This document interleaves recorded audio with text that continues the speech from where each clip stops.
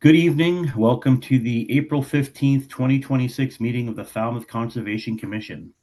This meeting is being held virtually via Zoom video conference and is also being broadcast by FCTV on cable channel 9. As this meeting is being recorded by Zoom and broadcast by FCTV, please be cognizant of what you say, how you say it, and what can be seen and heard in your background. We are missing just one commissioner now, but we have a quorum and we're moving forward. I would like to remind the commissioners that for commenting, I will call on each of you in turn, so please refrain from speaking over each other. Also, all votes are done by roll call, so when I call your name, please state your name and your vote for the record, even if you've made the motion or second. To our public attendees, at any time during the meeting, you may enter any comments or questions via the chat function. At the appropriate time, they'll be read into the record. If, as an attendee, you'd like to participate in a particular hearing, let us know via the chat function. Then at the appropriate time, you'll be promoted into the hearing as a participant. When you are selected, you must have your video enabled, be succinct, respectful of others. Public comments will be limited to 3 minutes each. Regarding RDAs, under a request for determination of applicability, the applicant is asking the Commission to determine if the provisions of the Massachusetts Wetland Protection Act and or the Falmouth Wetlands Bylaw apply to the proposed project. A negative determination is that the provisions of the Act and or bylaw do not apply.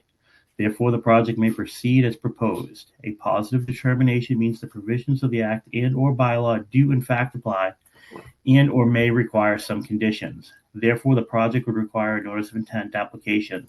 So as an applicant, you want to hear a negative determination. For the benefit of anybody waiting for a particular hearing, tonight, 110 Scranton Avenue, Falmouth, Mass. Will be continued. All right, first on the agenda, vote meeting minutes for March 25th, 2026. Mr. Chairman, I'd move approval of the minutes March 25th. Patton. Driscoll second. I got a motion and a second. Any questions? Hearing none, I'll call the roll. Jim. You're muted, Jim. McGrath, aye. Dan. Walsh, aye. Steve. Patton, aye. Ronnie. Bowman, aye. Ron. Driscoll aye. And Duffy, aye. Meeting minutes for March 25th have been accepted. Next, vote on meeting minutes for April 1st, 2026.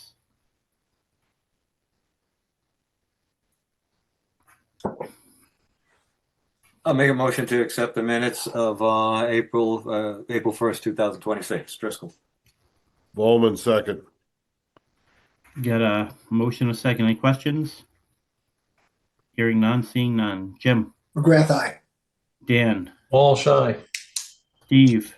Abstain. Patton, abstain. Ronnie. Bowman, aye. Ron. Driscoll aye. And Duffy, aye. Motion passes. Next, we have a request for a continuance under a notice of intent. Brian McLaughlin, Falmouth Pier 37 Inc., 110 Scranton Avenue, Falmouth, Mass. For permission to replace and relocate a bulkhead, remove a portion of filled tidelands, and expand the existing dock system. Jen? Yes, Mr. Chairman, the applicant is requesting a continuance until April 22nd. Make a motion to continue the express for hearing, a notice of intent until April 22nd. Driscoll. Bowman, second. Hearing a motion and a second for a continuance. Any questions? Seeing none, call the roll. Jim. McGrath, aye. Dan. Walsh, aye. Steve. Patton, aye. Ronnie. Bowman, aye. Ron. Driscoll aye. And Duffy, aye. Motion for continuance has been requested. Next, request for determination of applicability. First up is Brian Quinn, 55 Seashell Lane, Falmouth, Mass. For permission to expand an existing patio. Alyssa. Staff recommends a -2 under the state and bylaw. Resource area boundaries are not confirmed, and this project solely takes place in an AE flood zone. Make a motion to accept make a motion to accept the determination of applicability. Driscoll. Bowman, second. Motion and a second. Any questions? Simple. Seeing none, I will call the roll. Jim. McGrath, aye. Dan. Walsh, aye. Steve, Patton, aye. Ronnie, Bowman, aye. Ron, Driscoll, aye. and Duffy, aye. Request for determination has passed. Next, Frank Stepien, 1 Seagull Lane, Falmouth, Mass, for permission to expand an existing deck and install mitigation plantings. Alyssa, Staff recommends a -3 under the state and a -2 under the bylaw. Resource area boundaries are not confirmed. So moved, Driscoll. Bowman, second. a motion and a second. Any questions? Seeing none, I will call the roll. Jim, Graff, aye. Dan, Walsh, aye. Steve, Patton, aye.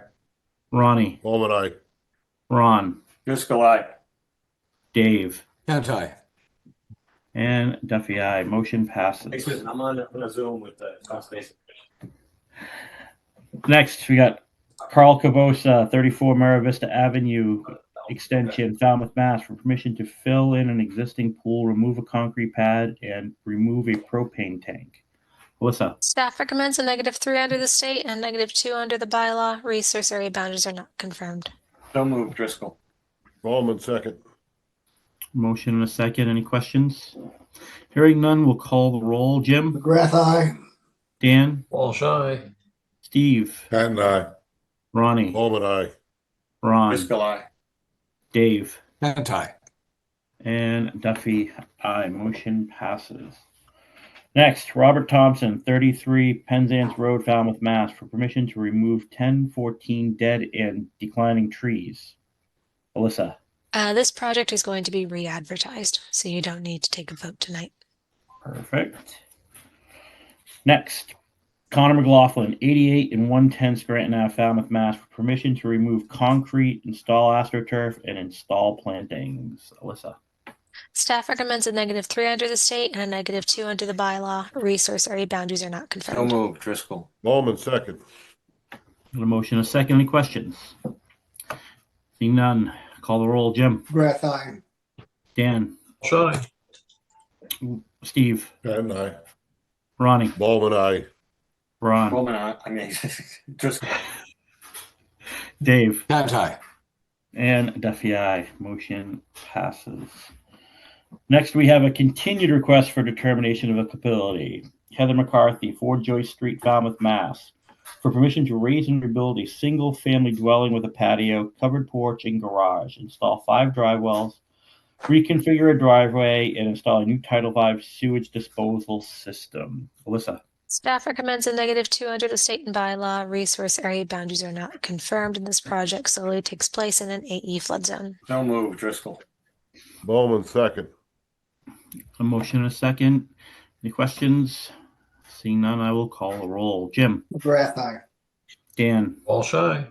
Steve, Patton, aye. Ronnie, Bowman, aye. Ron, Driscoll, aye. Dave, Kent, aye. and Duffy, aye. Motion passes. For notices of intent, all hearings of the Falmouth Conservation Commission are held simultaneously under the authorities of the Massachusetts Wetland Protection Act and the Falmouth Wetland Bylaw. Although a single decision of the commission is issued, it represents a separate decision under each authority. As a reminder, public commenting is limited to 3 minutes, so I encourage you to stay within the purview of this board, which are the rules and regulations of the Wetland Protection Act and the Falmouth Wetland Bylaws, and how they pertain to a particular application. The chair reserves the right to stop any commenting that is disparaging or inconsequential to the hearing. Please know that all correspondences received by the Conservation Department is forwarded to all commissioners and becomes part of the record. We will not read each and every letter we receive at a hearing. Remember, our jurisdiction is that of the Massachusetts Wetland Protection Act and the Falmouth Wetland Bylaws, not zoning, health, or building. First up, for a request of a notice intent, the Town of Falmouth Beach Department, Falmouth Beaches, Falmouth, Mass, for permission to implement the 2026 Falmouth Beach Management Plan. Jen. Yes, Mr. Chairman, I've promoted Josh Wrigley, the Town of Falmouth Coastal Resiliency Specialist, Maggie Clayton, the Town of Falmouth Beach Superintendent, and Sharon Urban and Alyssa Novelli, if I hope I said that right, Allison, sorry, from the Urban Harbors Institute. And this is the project team that will be presenting the beach management plan. Excellent. Awesome. Thank you, everyone. Jennifer, could you also promote Katie Lamoureux? She's from the team at Geosyntech. Got it. She will be here to answer any questions potentially relevant to her work. All right. So I developed a brief presentation. Hopefully it's kept brief. So I'm going to try and figure out how to share my screen here. Perfect. Okay. Can everyone see my screen okay? Yes. Yes. So I'd like to present. Okay. So good evening, everyone. This is for the notice of intent for the 2026 Falmouth Beach Management Plan. As Jen mentioned, I'm from the Urban Harbors Institute at UMass Boston. Allison Novelli is also here from the Urban Harbors Institute. This project was developed by UHI along with engineers from Geosyntech as well, in collaboration with the town's beach department and the Coastal Resilience Division. So briefly, I'm going to run through the beaches, the locations, and then go through the summary of activities that are in the notice of intent, and then some site photographs for you all. So just as a reminder, the beaches included in the plan and in the notice of intent include Megantic Beach, Old Silver reserved in public, Chappaquoit, Woodneck, Surf Drive, Falmouth Heights, Bristol, and Minot East and West, all of the town-owned and operated property parcels. There are several resource areas within these beaches. Here is a list of all the resource areas, as you already know: barrier beaches, coastal dunes, coastal banks, etc. You know who was with him yesterday? I'm so sad. So now I'm going to go through the summary of the management activities, and just to orient you to the table, the next 3 slides will be a table of the management activities. I was trying to figure out a very succinct way to do this. So I've listed the activity on the left, and then the beaches are listed in the right. And if there's a check mark, that means the activity is, proposed to occur at that location. So I'm going to take some time just to run through the activities with you all. Starting at the top. So first activity is conducting dune restoration programs at public beaches and areas with sparse vegetation by planting areas with Omophilia breviligulata, which is American beach grass, in collaboration with the Coastal Resilience Specialists, aka Josh, and Conservation Commission. All work will be contained to areas above the high water line. Next is parking area maintenance and upgrades. So this could include repainting parking spots, directional icons, installing the parking attendant stands in the preseason, and the trash stations. Not all of the trash stations are there in the wintertime, and repairing and maintaining any signage as well. Third, repairing and maintaining existing sand fencing. All of this work will be performed by hand and will avoid disturbance of existing vegetation. And any of the old materials will be disposed of off-site at an approved location. Next, maintain signage on public beaches. So this includes signage about dog leash laws, signage with timing of beach closures, or when the gates close, etc. Any notifications, signs that need to be installed or repaired after April 1st with beaches with rare shorebirds will require coordination with the Conservation Commission. Installing signage prohibiting activity within coastal dunes. So signs installed within the coastal dunes will also require coordination with the Conservation Commission. And again, I have some photographs of examples of these things in the slides after the table. Next is managing sand and beach parking lots and paved walking paths and access points to the beach, including litter and paved parking lots as well. The daily movement of sand and sweeping is considered regular maintenance, but for proposed movement of larger quantities of sand, that will require notification and coordination with conservation. Any contaminated sand is disposed of off-site. So the sand in the parking lots is considered contaminated and is taken off-site and is disposed of. Sand on the walkways and kind of the boardwalks on access to the beach is put back onto the beach, according to my conversations with DPW. Vegetation management, which includes poison ivy in the roadway layout, sidewalks, and parking areas. And speaking with DPW, they use a vinegar solution for this and no harsh chemicals. And this is done throughout the kind of summer season. Inspect and clean parking lot catch basins at public beach sites, clean catch basins as needed with town-owned truck mount pumping system. Next slide, just a continuation of activities. At the top, in the event of a named storm, seasonal infrastructure such as lifeguard towers and ADA accessibility mats will be removed from beaches to minimize damage. Beach raking is performed on certain public beaches. It's not performed on Chappaquiddick, and it's not performed on certain beaches with time of year restrictions during the time of year restrictions and in compliance with the state and federal protection guidelines. Raking is performed with the beach rake above the mean high water line. We recommend coordinating with Conservation Commission and Coastal Resilience prior to the start of this season, just to ensure raking is not occurring in threatened shorebird habitat. Next, regrade windblown sand back from backshore areas of the beach walkways and stairs. For large quantities of sand outside of regular maintenance, Conservation Commission will need to be notified. Windblown sand that accumulates on beach stairs and walkways will be placed in the beach above high tide line. Sand that accumulates against backshore structures such as seawalls, like at Falmouth Heights, or if there is temporary winter sand fencing, will also be regraded back onto the beach above mean high water line. Sand will be moved using a bobcat, front end loader, bulldozer, or beach rake. I do have a note here, which I should include in an update to this, that there is no mechanized equipment used at Chappaquiddick Beach for this. It's all done by hand raking. Next is install ADA accessibility mats. Obviously, they're installed pre-season and then removed in the off-season, and then again, installing and removing lifeguard chairs at all of the beaches. Installing temporary winter sand fencing. Sand fencing will be installed using wooden or metal posts, spaced approximately 10 feet apart. All work will be performed by hand, and all fencing materials will be removed prior to time of year restrictions. And this is to minimize loss of sand and to help build up the dunes in areas where the dunes are experiencing sand loss. This is the last slide of the activities. It's recommended to install new sand fencing and or symbolic fencing around seaward sides of all coastal dunes and edges of all dune access paths where such fencing does not presently exist.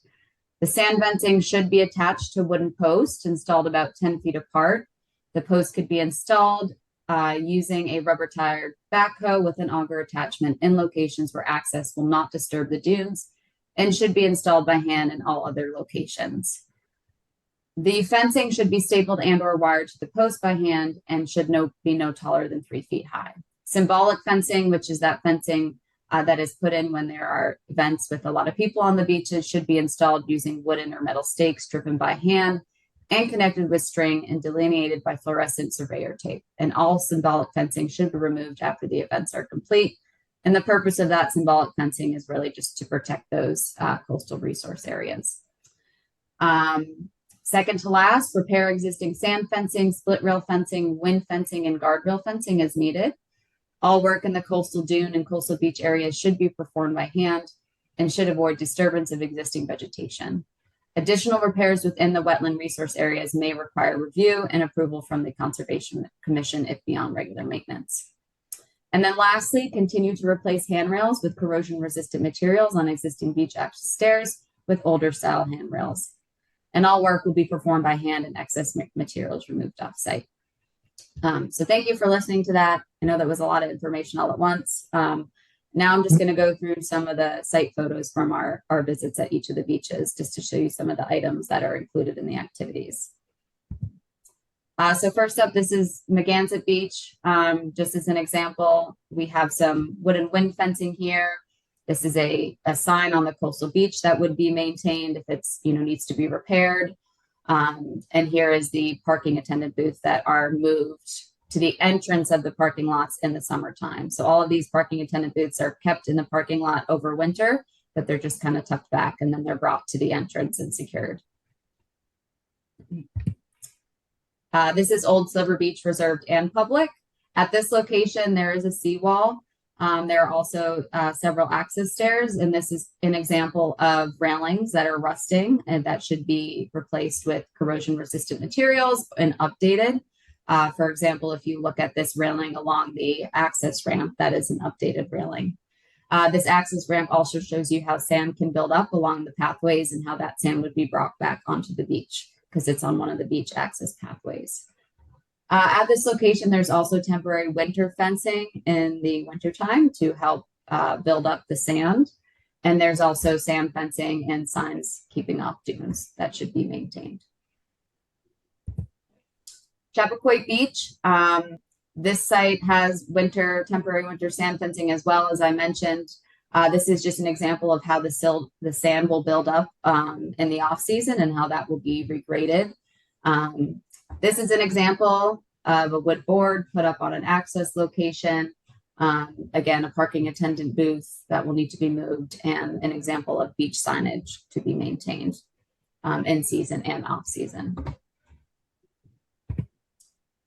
This is Woodneck Beach. Woodneck Beach has a good amount of sand fencing. Here's an example of the permanent sand fencing that is on the seaward side of the dunes. There's also sand fencing on the back end of the dunes in the parking lot to be maintained and in the dune access paths as well. And there are a couple different areas where there are keep off the dune signs. And in speaking with DPW, you know, there are some areas where there could be signs put back. It sounds like some of them had to be taken down. And this is the natural surface area parking lot, again, with some of the examples of a sign, maintaining a sign in the parking lot.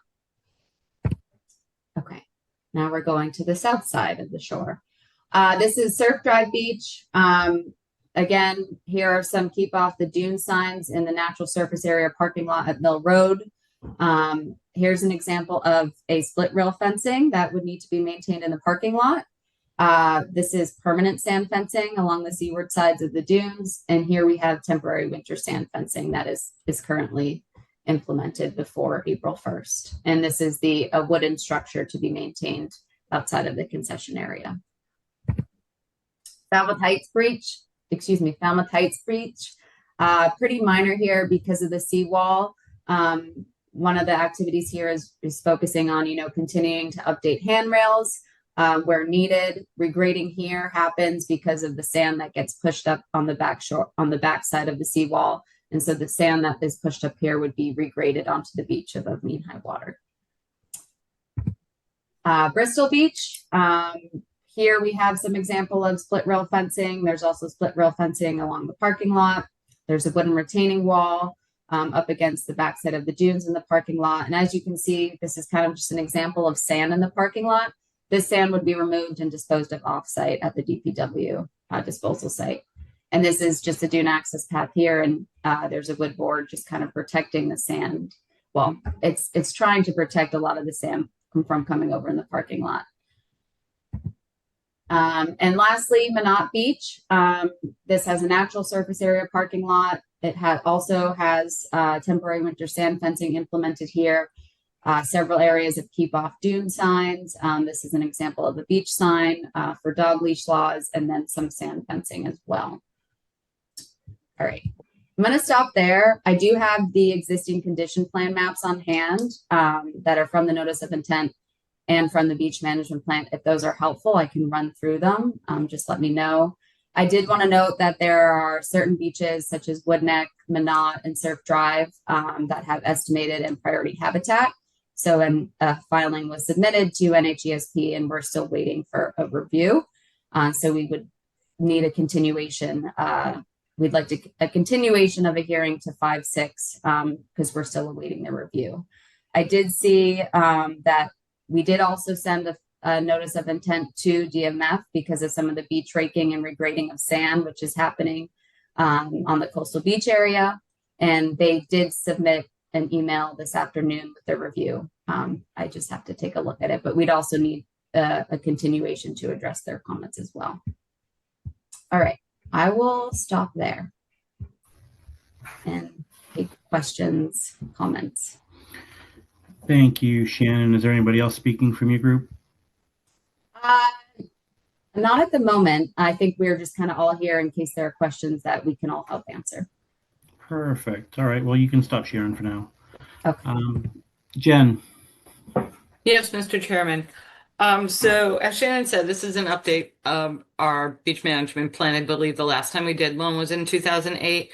This is just so the town can operate the beaches that obviously fall within the commission's jurisdiction. There were some items listed in the beach management plan in the notice of intent that we would like to see additional information on, such as the building up of the dunes, where we're going to plant the beach grass in those dunes, because we do have several rare plants along Surf Drive.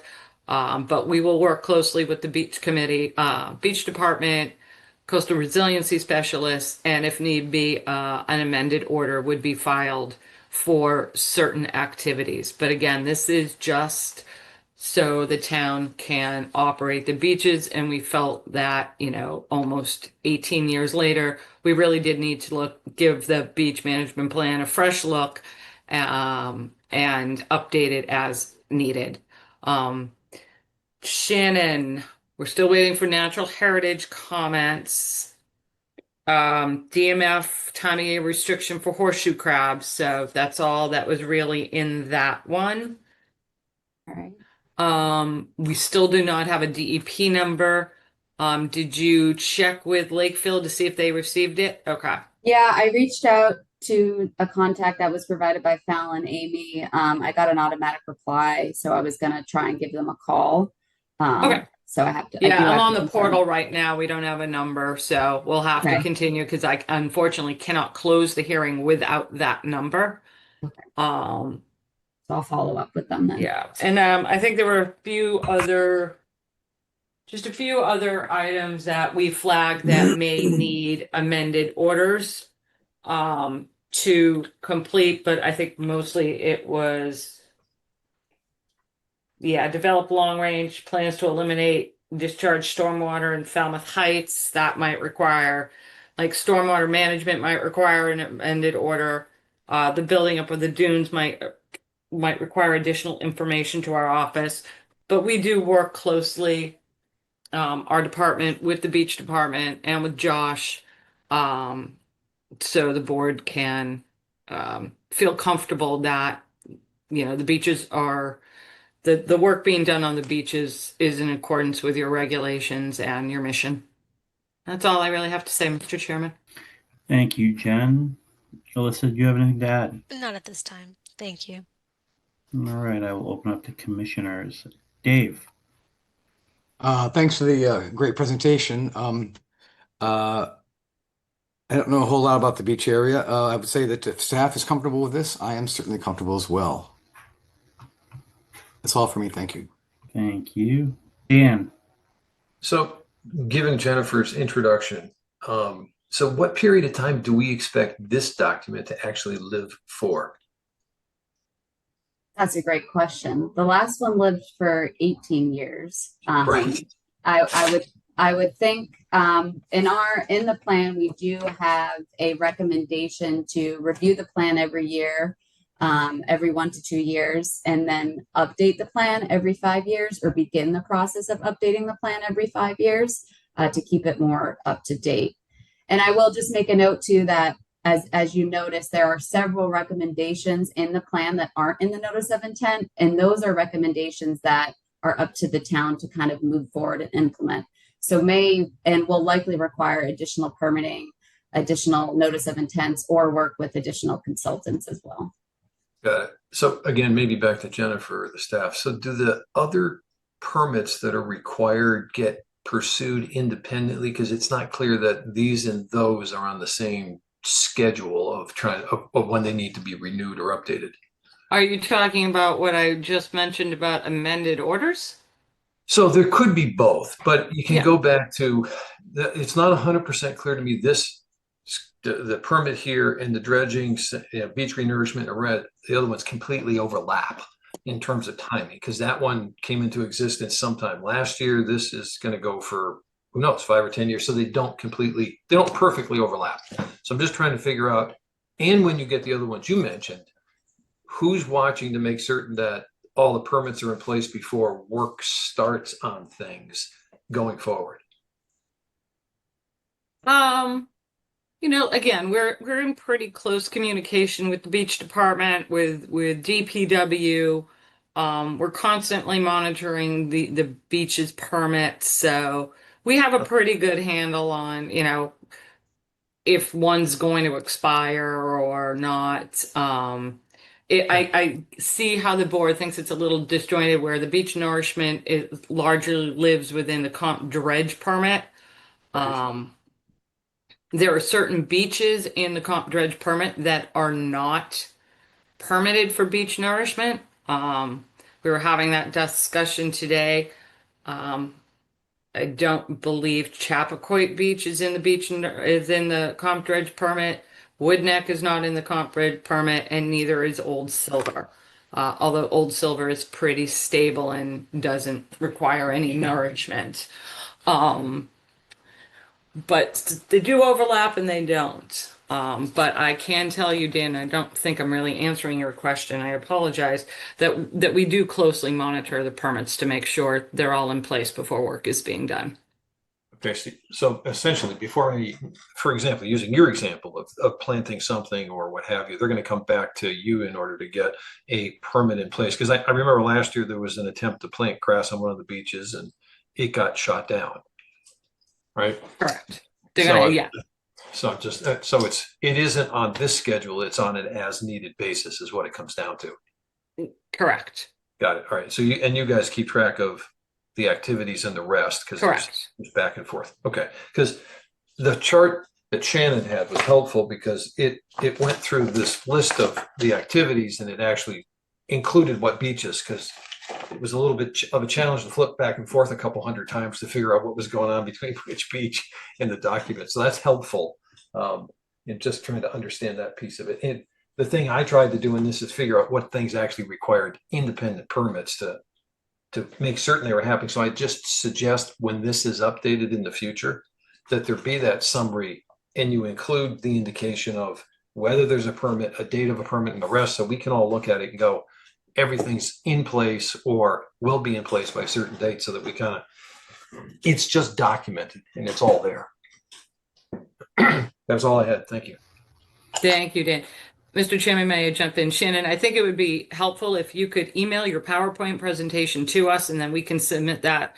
We can email that out to the board and it's easier to follow for them. Yeah, no, absolutely. Yeah, it's definitely, there's a lot of beaches and a lot of different activities. So I get the flipping over 100 pages. I've done that myself. And at the time of year restrictions that are different for different things, and it gets to multi-dimensional. Right. Yes. Thank you, Dan. Steve. Thank you, Mr. Chairman, and thank you all for this report. I didn't realize it had been 18 years, but I was really happy to see we're paying this much attention to our beaches. If I could be a little parochial and get to the Minot Beach, we're going to have a construction project, God willing, sometime in the near future, certainly within the next 18 years. And I wondered if it came into your calculations or how you coordinate with the Department of Public Works, et cetera, on those kind of impacts on the beaches. Well, I can speak for the beach management plan, and then Jen, you can maybe speak for the Conservation Commission. So we did mention that project will be happening and part of it's permitted. It's still under review. We don't have any specific activities within the plan currently that are related to any of that construction. And that would, because essentially that's under its own permitting, and that's kind of separate from this beach management plan. So we do note that it's happening, but it's not included in the activities for the plan. If that makes sense. Jen, can you repeat your question, Steve? I just wondered whether the opening of the channel and expanding, dramatically changing Minot Beach, many of us are not sure, what will be left on, say, the east side. Yeah, so like Shannon said, that's under its own permitting. It would be covered in this as like grading of the parking lots once that project is complete. And it will be completed eventually, hopefully within the next 3 years. We will have that project completed. But then we will still need to routinely maintain as Shannon said, the fencing, the parking lot, the shower Right. towers out there. So it's covered in a maintenance kind of way, but not in the construction activity. But it would be covered under the maintenance of this beach management plan. Great. Again, just to be parochial for a minute, more eyes on the prize can't hurt anything. So I just want to make sure that as these projects moves forward, this part of it is well considered. And again, thank you for this report. It's fascinating reading for those of us that like to read this kind of stuff. Thank you. Yeah, I'm glad. Ronnie. Shannon, thank you, and thank the team. I have no questions. Thank you. Ron. Yeah, again, I thank you for the extensive report. It was interesting reading, especially some of the charts which I didn't understand, but we can go into that later. The one thing, the Trunk River is not a Falmouth beach? The Trunk River? The Trunk River? It's it says in the thing, it goes from Surf Drive to Trunk River a couple times, but nothing is mentioned about that little area of Trunk on the Trunk River. Yeah, so we stop at a certain point along Surf Drive, so I know that there's where the kind of inlet is. Yeah, so we don't go. Yeah. So Trunk River is okay. That's not in this. Also, on all the access paths, as we've been trying to get other people to put them at an angle. Also, the access paths for almost all the beaches are straight from the parking lot straight through the dune and onto the beach. So I guess the recommendation would be to put it at an angle so that so it's not direct, 90 degrees to the beach. But are we going to destroy a whole bunch of dune by doing that? Is there a pro and con to doing it or leaving it as is? I definitely think there's a pro and con to that. I think that's part of it being a recommendation for future implementation for the town to review and see what's kind of feasible. I think the idea is to help with kind of the natural state of the beach. Katie, I don't know if you have anything to add to that. I don't, but that is a question we can take to our coastal engineers too, to see if there's anything additional worth incorporating in this plan, or as Shannon said, if it's something to consider for a future feasibility. Okay. All right. Oh, thank you. That's all I have. Jim. Yeah, my only question was sort of along the same lines as, last time I saw a real high tide along Surf Drive, all the water's coming through the access points. And should we be limiting some of those access points so that you don't get that erosion coming through the sand dunes? That is a great question, and I'll echo Katie, and that's something we can bring back to the coastal engineers who worked on the project and who really did that shoreline change analysis for us. So I can't answer that directly right now. I see that. I'm sorry. I see they already blocked one of the access points from the Mill Road parking lot. Great. But there's still access on the beach. Good. That's all I had, Chairman. Thank you. And my only comment will be thank you guys for the presentation. It was well done. And that's pretty much all I have. Jen, is anything in the chat or comments?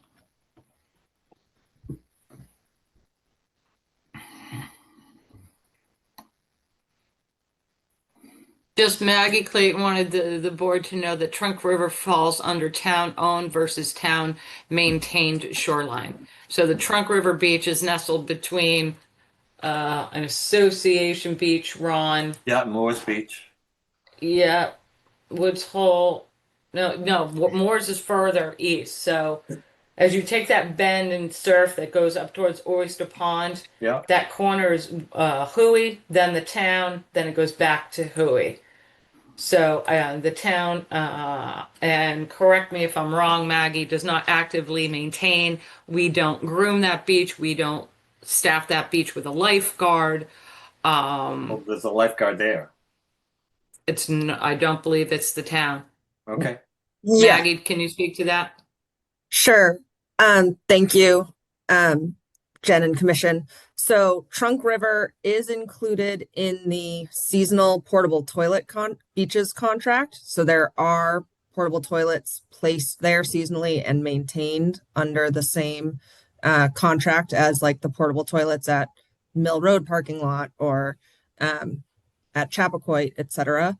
But we do not do anything. The beach department does not do anything related to Trunk River. Any beach activity at Trunk River is just DPW with that portable toilet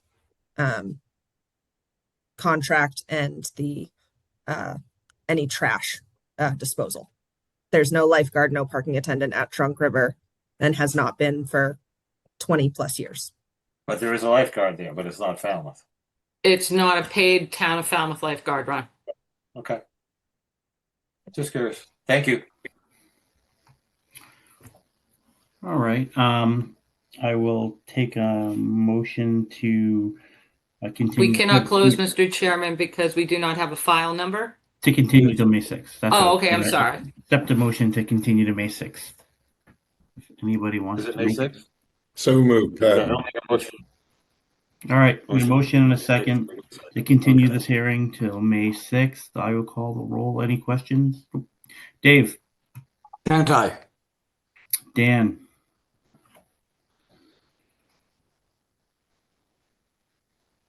Steve? Pat and I. Ron? Sorry, I was on mute. Yes. Fitz, Walsh. Ronnie? Bowman, aye. Jim? McGrath, aye. And Duffy, I motion to continue till May 6th is passed. Thank you guys very much. Thank you. And Jen, if Thank you, you folks. would remember to send that PowerPoint to us, that would be great. We can get it over to the board. Yep, I can do that now. All right, Thank great. you. Thank Thanks, you, guys. everyone. Katie, it was nice to see you again. Likewise. Good night. Next on the agenda, Judith W. Parker, Qualified Personal Residence Trust, 36 Buzzards Bay Ave, Falmouth, Mass, for permission to reconstruct and enlarge a deck and install mitigation plantings. Jen. Yes, Mr. Chairman, I'm promoting Tom Bunker so he can present his projects.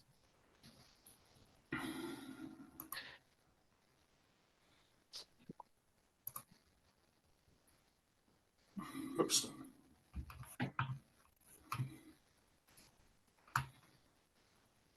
Hey, I'm here. Could you see? I don't know if Adam Winters possibly is here. He's the contractor. I think I think he's come in and talked to you and Alyssa at times.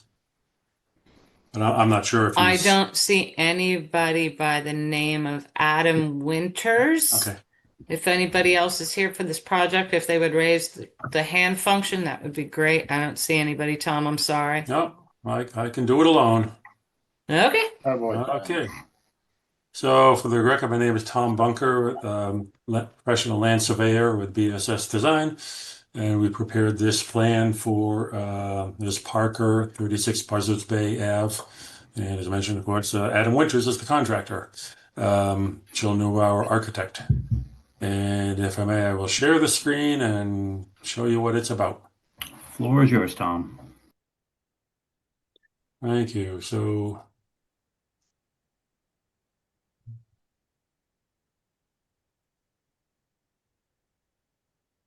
I actually don't know which screen you might be looking at. Hold on. There we go. I have dual screens here. Hold on one second.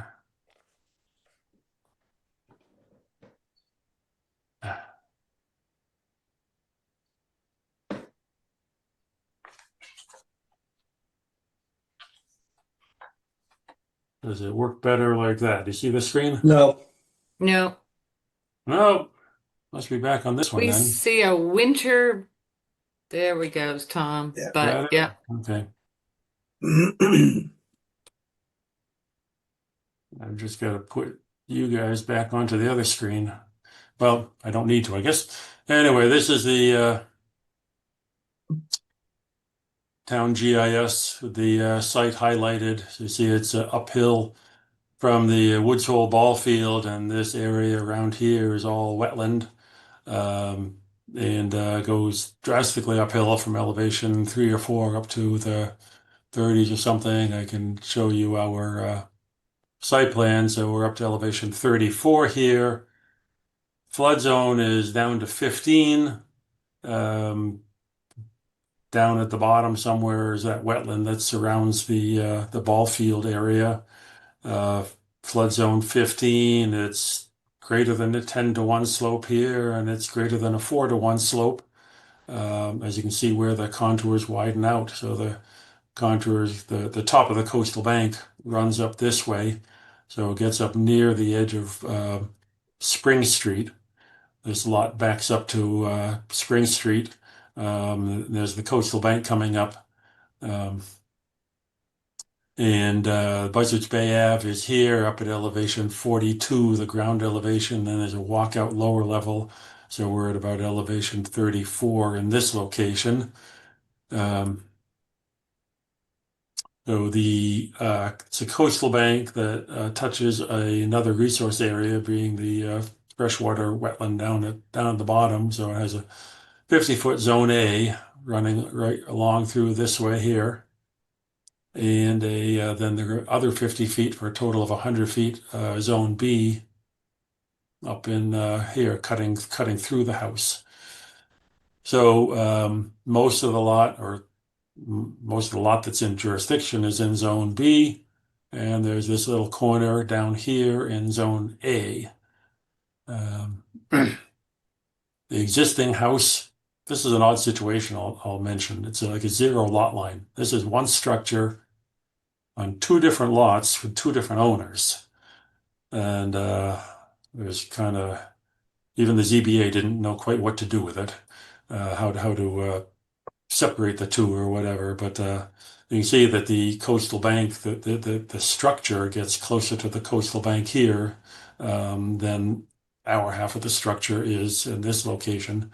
So you can see on this is the existing building where there's screened-in porch and underneath a sun porch, and then there's this little bit of deck, porch, and steps going down to the ground. So what they want to do is basically they're rebuilding, renovating this area here and enlarging the deck to a two-story deck. It's existing two-story deck. That's why there are two sets of stairs there. And then the other deck here just getting larger, and the steps coming down in this location, which, as you can see, down here. So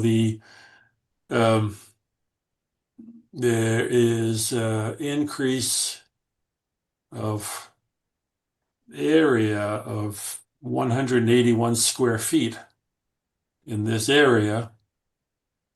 So for mitigation calculations, it would be 364 square feet. That's double 182. But your regulations say that no more mitigation is required than the non-naturally vegetated area of zone A on the property. And so we have 159 square feet of zone A in here. There's a triangular piece, and I've drawn it in a way where we're showing 160 square feet of mitigation with witch hazel and viburnum dentatum in the green dotted area.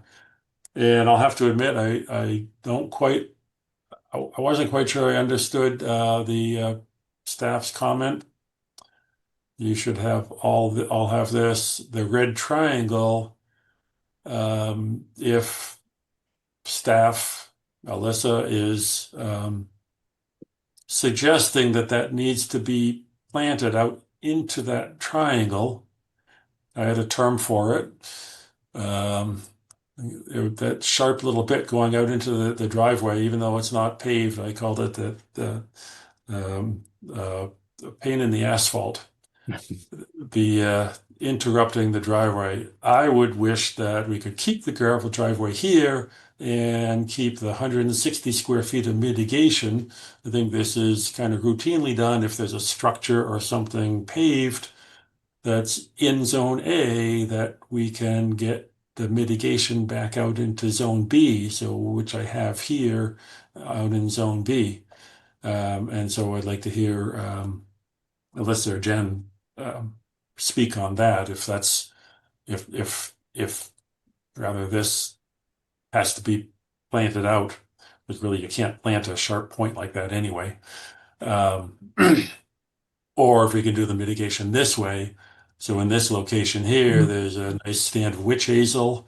There are a couple of maple trees, Norway maple trees on the abutting property, and they would like to take down these maple trees, but we did not include them in this notice of intent because it gets kind of delicate when one person is doing a notice of intent, but the order would have to be recorded against this other property also. What we'd like to do is under a separate filing, if it's possible, under an RDA to take that down by the owners and take that down. But also this maple tree here there's a broad, dense shade canopy over this area, and that's part of the reason why the decks are in poor condition. This is a town road, and so the town tree warden has to approve cutting down these trees. So I've suggested that we cut them down and replace them with trees. I suggested a tupelo, but if this becomes allowed by the commission and the tree warden, then I think that the staff, Jen or Alyssa or Fallon, could say which type of trees and how many to plant in here to open this yard up to a little bit more sun. So that is the proposal, and now I have to get back to the screen so I can stop the share. Oh, jeez.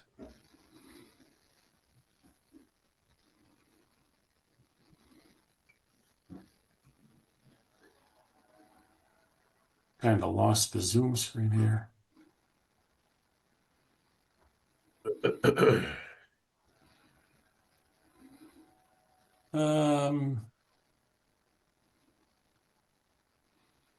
Sorry about this. Yeah, go to the right. There you go. Good job, Tom. Okay, hey, Thanks, Tom. with a little help. Anyway, Jen. take questions. Jen. So, that little red triangle area, Tom, that was in that zone A. That's why we flagged it. Right. You're saying that it's problematic to plant right there? Well, I'm saying that we have to put it's problematic, and that's a sharp point, and shrubs are in circles, but it also would be I think we'd have to move the driveway over significantly over so that it could go around that little point of zone A. And I think in many cases when there's a structure or something in zone A, then we do what we can in zone A and then do the rest in zone B. Or we could do we can, that would be fine. We can write a finding that it would have to move the driveway and we'll put it in zone B, but it's, we just don't want that vegetation to be removed. Is that what you were thinking when that comment, Alyssa? That had to be fully planted because it wasn't, So, the board, if they want, Tom can allow you to put it in zone B and we'll just make a finding that it's not removed. And then I said the only other comment staff had was that they could reorganize those rocks to make it look a little nicer, so. Yes. And we certainly agree. I think that this, after we hope approval and when they're doing the work, it would require visits by staff to show Adam or the landscaper how the rock should be reorganized, and so gets done to your liking. Oh, okay. That's all I have, Mr. Chairman. Thank you. Alyssa, do you have anything to add? Just a note that I met with the contractor, Mr. Winters, and the arborist a couple months ago about this. So we talked about the removal of the trees, moving the rocks out of the zone A, and making that look like a better planted area and what to replace it with. So I have no concerns. Excellent. All right, I'll take staff comments. Jim. So will those trees be coming down that are on the neighbor's property and the one in front? If I can, it hasn't been properly permitted yet, but they are invasive. So staff wouldn't have a concern if they were removed. One is in the road layout that will be up to the tree warden. The two on the abutting property, I don't have a concern with their removal. They are invasive. We permit that all the time. They would need to be replaced. I believe we talked about one canopy, one understory tree. It would bring in a lot of light. It's a very shaded area. Those trees are very large. So they would also have more variety with their choices of mitigation plantings. And it would just be a much better vegetated I totally area. agree, because I don't think anything's going to grow where it is right now, given the current situation. So, no other further questions, Mr. Chairman. Thank you, Steve. Thank you, Mr. Chairman. I don't have any questions. Thank you, Dave. I wonder if staff can, Tom mentioned the part of the reg that talked about if an area of zone A is not vegetated with the natives, that affects the mitigation. Can someone explain that a bit more to me, please? I've never come across that reg. What was that, Dave? Well, Tom, you mentioned there was some reg. It referred to part of zone A that's not naturally vegetated, and that reduces the mitigation required. I just Correct. don't understand that. So, Dave, if you look at 1018, let's see if I can find it for you real quick. Why am I in 1026? It states that mitigation,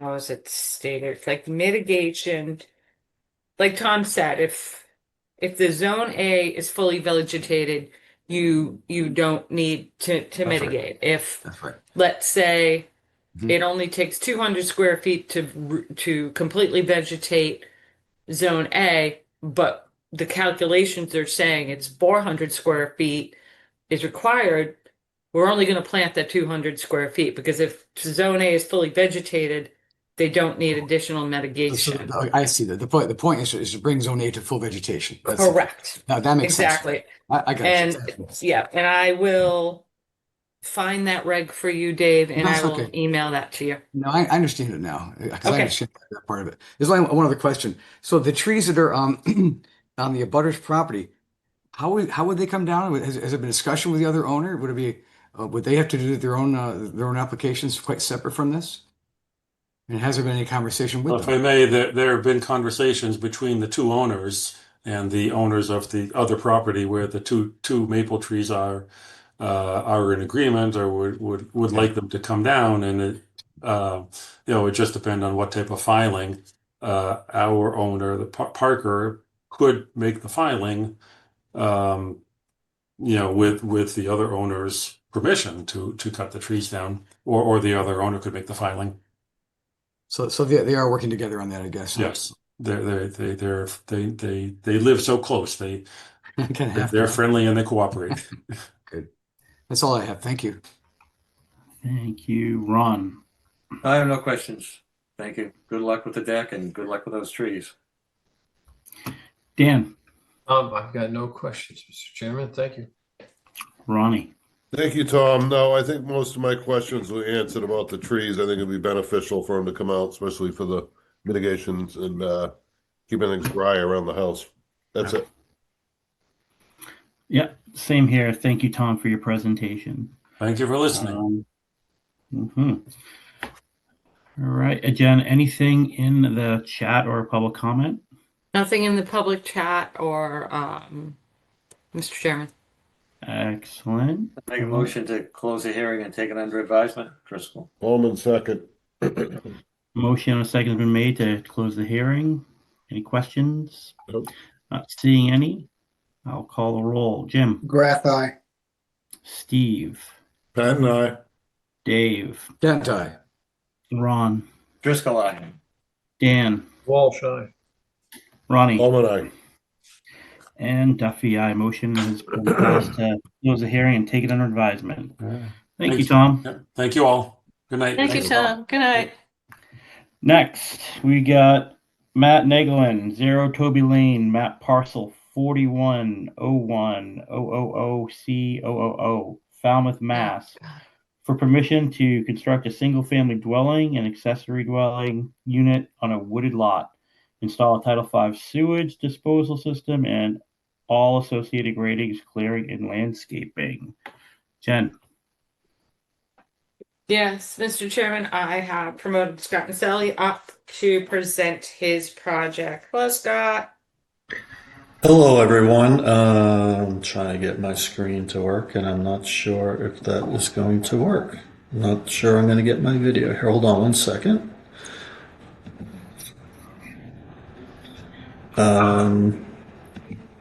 Okay, I apologize. I don't know that I'm going to get my video up. Can you hear me okay, though?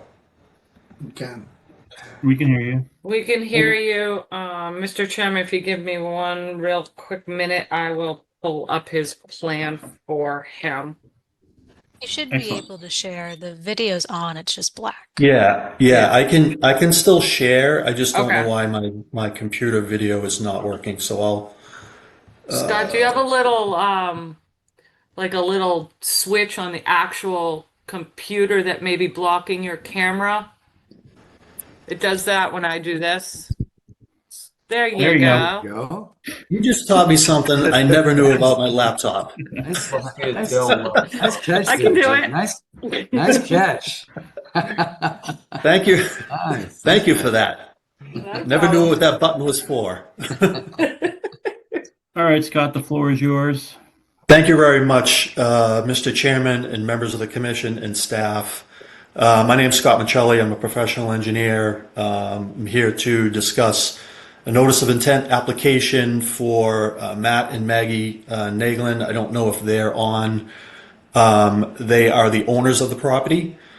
And this application is for permission to construct a single-family home, an accessory dwelling unit, and all the associated utilities and appurtenances grading that are associated with a new home construction.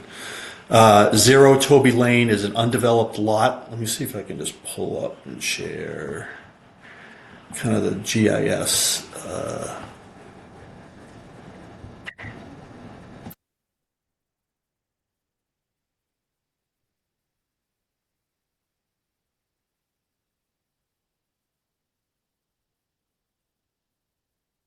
Is Scott frozen?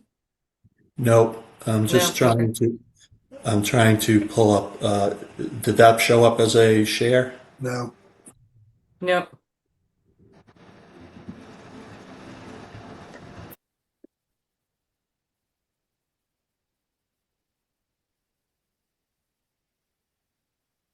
There you go. No.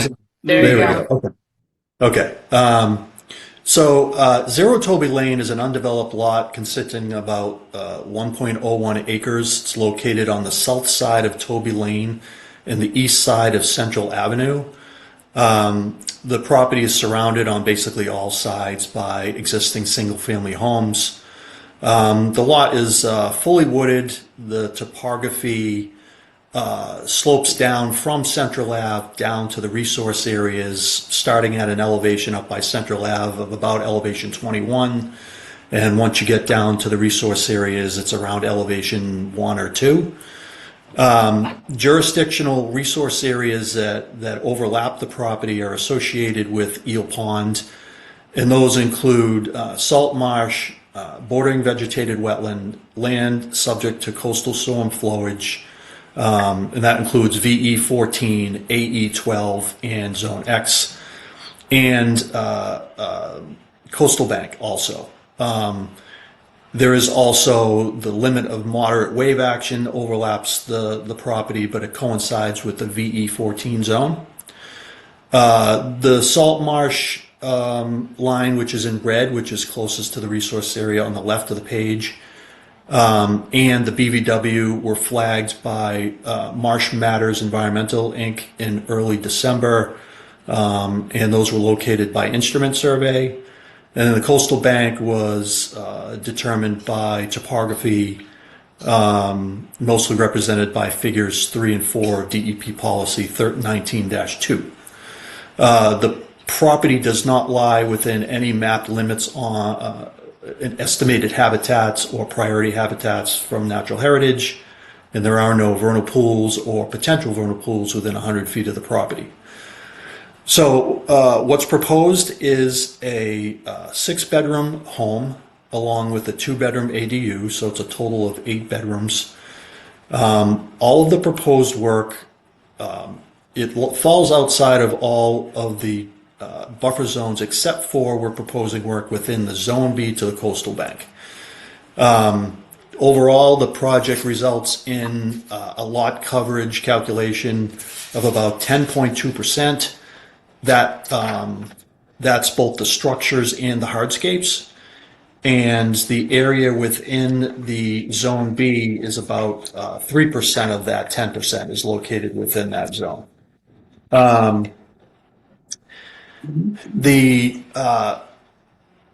Because it's a vacant lot, it falls under the Falmouth Health Department new regulations that were implemented in November. So there is a denitrification system associated with this. It's a Nitro 2KM, which is rated for up to 9 bedrooms. This is an 8-bedroom proposal. Obviously the 2KM, the Nitro, is one of the preferred systems that the Board of Health prefers or recommends to get down to 10 milligrams per liter. So we have the house will be served by public water, natural gas, obviously power, and we did a tree survey for all the trees in the vicinity of that 40 to 50 foot coastal bank buffer zone, and we kind of jogged the limit of work out to protect any of those trees that kind of land on that 50-foot line. And that line is, we have on the plan proposed erosion control consists of both silt fence and wattle at the same time. So that's kind of an overview. Happy to answer any of your questions. Thank you, Scott. You can stop sharing.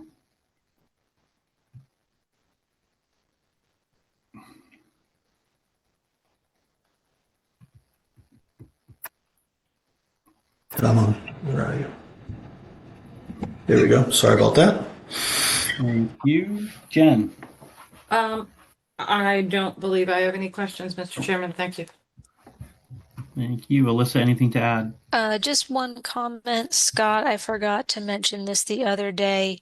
If you could send us a PDF of a revised plan. If you look at your buffers on it'd be the north side of the property, they're just not quite at the 50 and 100. I think the zone A at the very bottom of your plan, but the north side, it's like at 40, Okay. and then the B was at 90. If you can just move them over a smidge, it won't change anything. I think it's still outside your limit of work. But if you can just alter that for the record, Sure. we'll save that to the file. Will do. Thank you. All right, I'll open up to commissioners. Jim. No questions. Steve.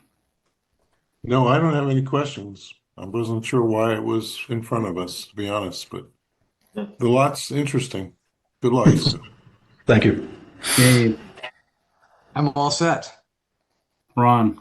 I have a basic question. All the trees between the house and the ADU over the new septic system, they're all coming out. They're gone. It's going to be lawn. No, I didn't put a limit of a tree clearing line on there. When I submit a revised plan, I will put that on there. But if you notice, we do not have to clear trees over the area that's called the reserve area. That can stay wooded. So we were not going to clear cut that. I will clear enough to get the leach field and those tanks in, and then bring the tree line back down and leave a wooded buffer between the ADU and the house.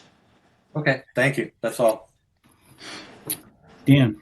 I had no questions. Thank you. Ronnie. Thank you, Scott. Seems pretty straightforward. Good luck. Thank you. Yeah, thanks, Scott. Pretty straightforward as well. Jen, anything in the chat or comment?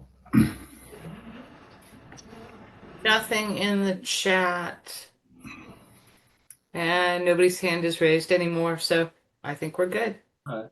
Make a motion to close the hearing and take it under advisement. Driscoll. Bowman second. Got a motion and a second to close and take it under advisement. Questions? Seeing none, call on the roll. Jim. Grath, aye. Steve. Madden, aye. Dave, Anti. Ron, Driscoll, aye. Dan, Walsh, aye. Ronnie, Bowman, aye. and Duffy. Aye. Motion to close and take it under advisement is passed. Thank you, Scott. Good luck, Scott. Thank you very much. Have a good night. Thank You you. too. The next one, 110 Scranton Ave has been continued already. Next one after that is Mike Jackson, Chappaquiddick Yacht Club Inc., 501c3, West Falmouth Harbor, West Falmouth, Mass., for permission to install 3 seasonal floats at West Falmouth Harbor. Jen. Yes, Mr. Chairman, 1 second. I am going to promote Mr. Jackson. I just saw him. There he is. For note, the quorum is Dan, Dave, Ronnie, and Bill.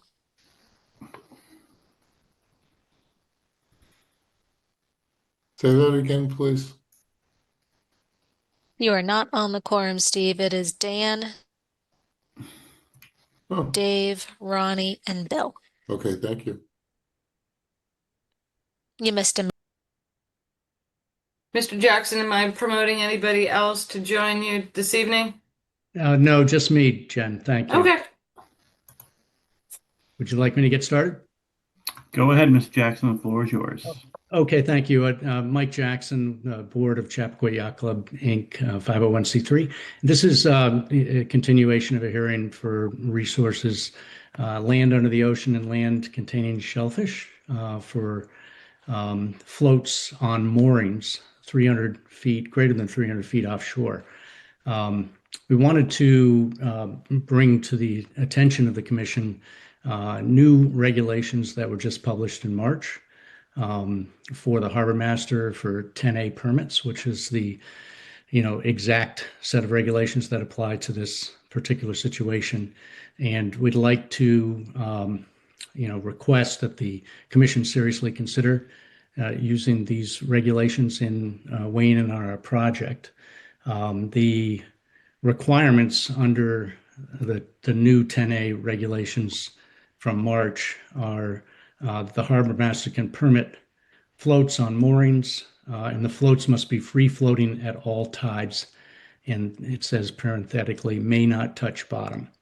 So we think that's particularly relevant for these floats that are 300 feet offshore.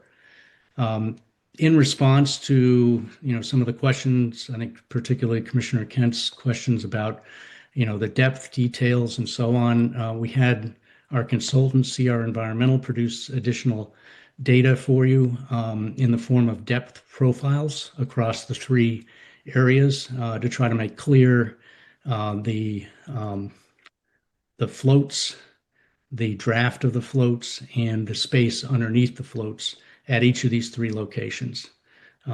They all meet the requirement of 10A, and 2 of the 3 meet the requirement under the Falmouth wetland regs for 3 feet below at a moon low or extreme tide. So we feel that the requirements are appropriate under 10A. These are also the same requirements that the harbor master and the shellfish warden have placed on us as well. Basically that the depth assures that the floats do not touch bottom, and that for the shellfish warden that they're out of the water during the open shellfish season. The other thing that we'd like to mention before, I'm sure you probably have questions on the profiles, but we wanted to make sure that we addressed the concern that Commissioner Bowman has about shellfish, surveys, and just wanted to let you know we firmly believe that there are shellfish there. I think even the town seeds shellfish in that area, but we're using a mooring design that minimizes the disruption to the bottom using a helical screw that disturbs about 1 square inch per mooring, much different than a mushroom or a big cement block. So in working with the harbor master and the shellfish warden, that's the design that they recommended to minimize disruption. And we'd like to respectfully ask that we can proceed into a decision and a determination from the Commission without having to go through the extra expense and time involved. We can see that there are shellfish there for sure. So I just wanted to ask if there are any questions, and if you want, I can share the profiles and we can go through them in greater detail, or if you've had a chance to digest them, yeah, I'm happy to take your questions. Thanks, Mike. Jen, do you have anything? I don't have any additional questions, Mr. Chairman, no. No Melissa? comments, thank you. All right, yeah. I've seen the new depth stuff, but I will allow it for this has been going on for a while now, so I'll take comments from the three in the quorum and myself for this one. So I'll start with Ronnie. Thank you, Mr. Jackson. Yes, I have been consistent on the shellfish survey, eelgrass, and also the draft of the floats themselves. And you mentioned a new regulation had changed in the Yes, West Falmouth Harbor. they're republished regulations that are updated, and they specifically get into floats on moorings, which is like smack dab in the middle of what we have and what a number of the other harbors have. And they specify, in this case, floats must be free floating at all tides, may not touch bottom. And all of the profiles show that there's ample room under all these floats, and they'll never touch bottom in any tide. In any tide. Okay, but you filed under the old regulation, correct? We filed because the Pen A permit that we have says that we must comply with any other restrictions that the Concom may have at the time. The nice thing about this recent information is it clarifies a lot of what was already in our permit, which was basically with the harbor master that there needs to be 3-foot depth so that you can ensure that the floats will not touch bottom. All right. Well, so I don't really see the proof of that without seeing numbers on the draft of them floats. The draft is shown in the. I'm happy to share the. It had a number 4 to 8 inches is what we had. 4 to 8 inches. It said. Well, we got the engineer to do loaded and unloaded. Yeah. And the loaded and unloaded numbers are shown on the bottom of the profiles. So it's 4.5 inches unloaded and 5.4 inches loaded. And so it's on the bottom in notes on each one of the profiles. And then the drawing shows the loaded float and the depth beneath the loaded float. Okay. All right. So as far as shellfish survey is concerned, any other project that comes in front of this commission has to have a private person come in, not the town shellfish warden. This is what we have to do. So that should have been done. And I have serious concerns about that. And the eelgrass, and you're saying 2 of these floats are going to be anchored now, correct?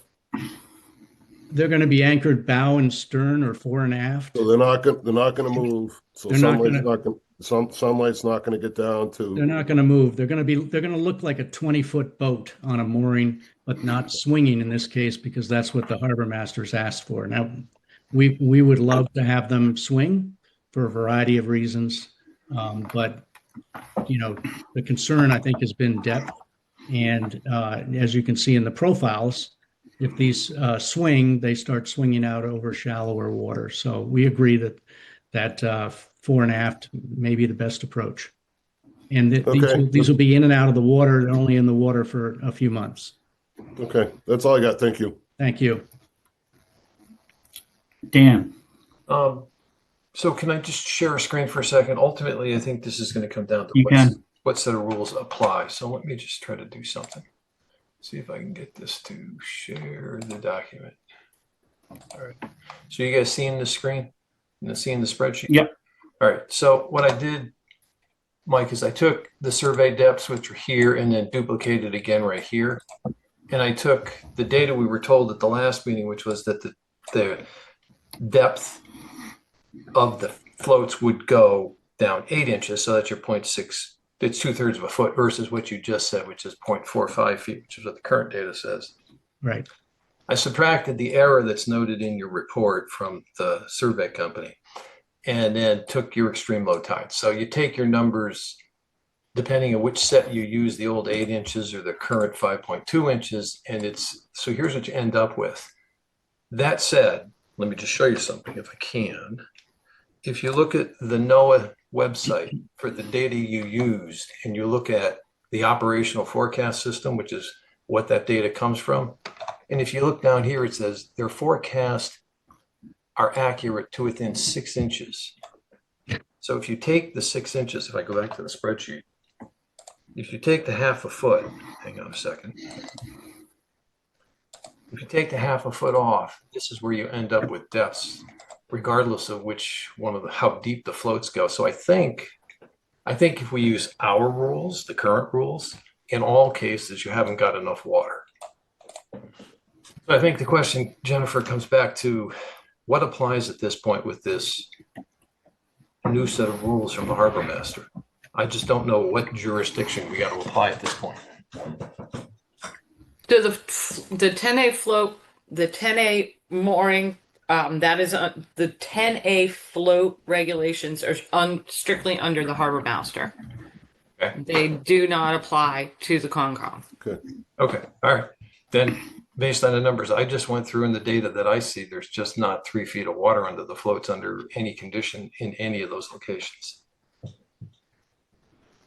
That's if you put in a NOAA error and a couple of other things that are uncertain. And also, you know, we could get into a scientific discussion, but a lot of this data is 20 years old and it's going to be updated in the next couple of years. And you're going to see 6 or 8 inches of increase in water depth because of, sea level rise. So, I mean, we could get bringing consultants in to look at this, but it's unfortunately getting into, for us, a really difficult situation where we've got lots of boats and lots of moorings that are permitted throughout the harbors in Falmouth that have exactly the same, impacts, let's call them environmental impacts that our floats will have that are completely unregulated by the Concom. And if you start weighing in on this, in this particular one, every new boat that comes in could potentially become, an issue for you.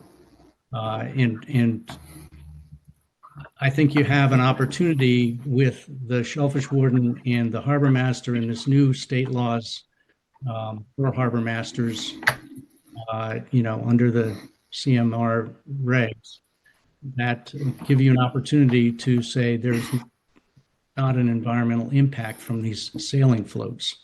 They're in the water from, late June until early September. And they're a critical, community resource for our children to learn how to manage boats on the waterfront. And if we can't do that in Falmouth, then, shame on us. I really think that we need to really step back and try to figure out what we're trying to do here and how we're applying regulations a little bit willy-nilly to something that's 350 feet offshore. You're applying your regulations for a single-use dock. And, we don't have any pilings. We don't have any of those other disruptive things. And we're using helical screws that provide a 1 square inch impact at each location. So I think we're overdoing it a little bit, honestly, with respect. So this is the same question. You're making the same point I was asking Jennifer, which is, so if the rules we have to apply are the rules for a float attached to a dock, then the numbers are the numbers based on that's the best data that's currently available. If it's a different set of rules, then we can look at it differently. I just don't know which set of rules it is.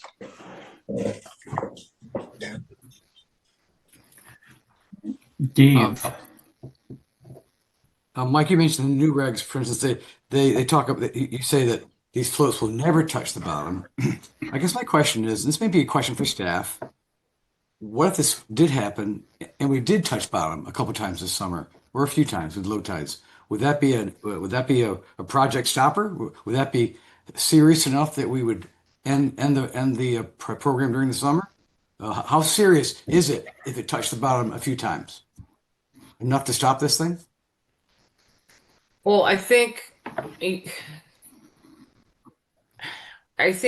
that we definitely do not want the floats touching the ground ever. For shellfish, for eelgrass, for everything.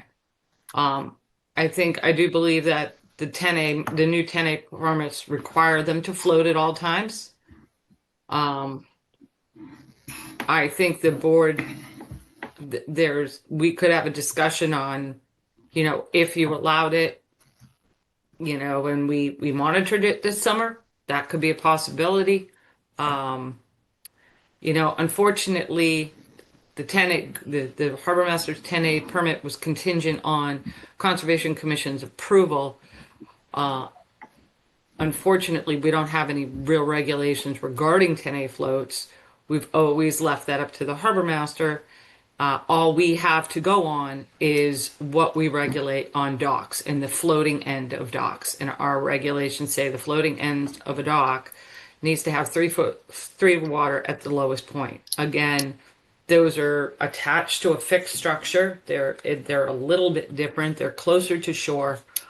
So we're kind of in uncharted territory. And Yeah, I guess I probably should have described my question a little differently. I'll try again. I think I didn't do a good job. There is disagreement here.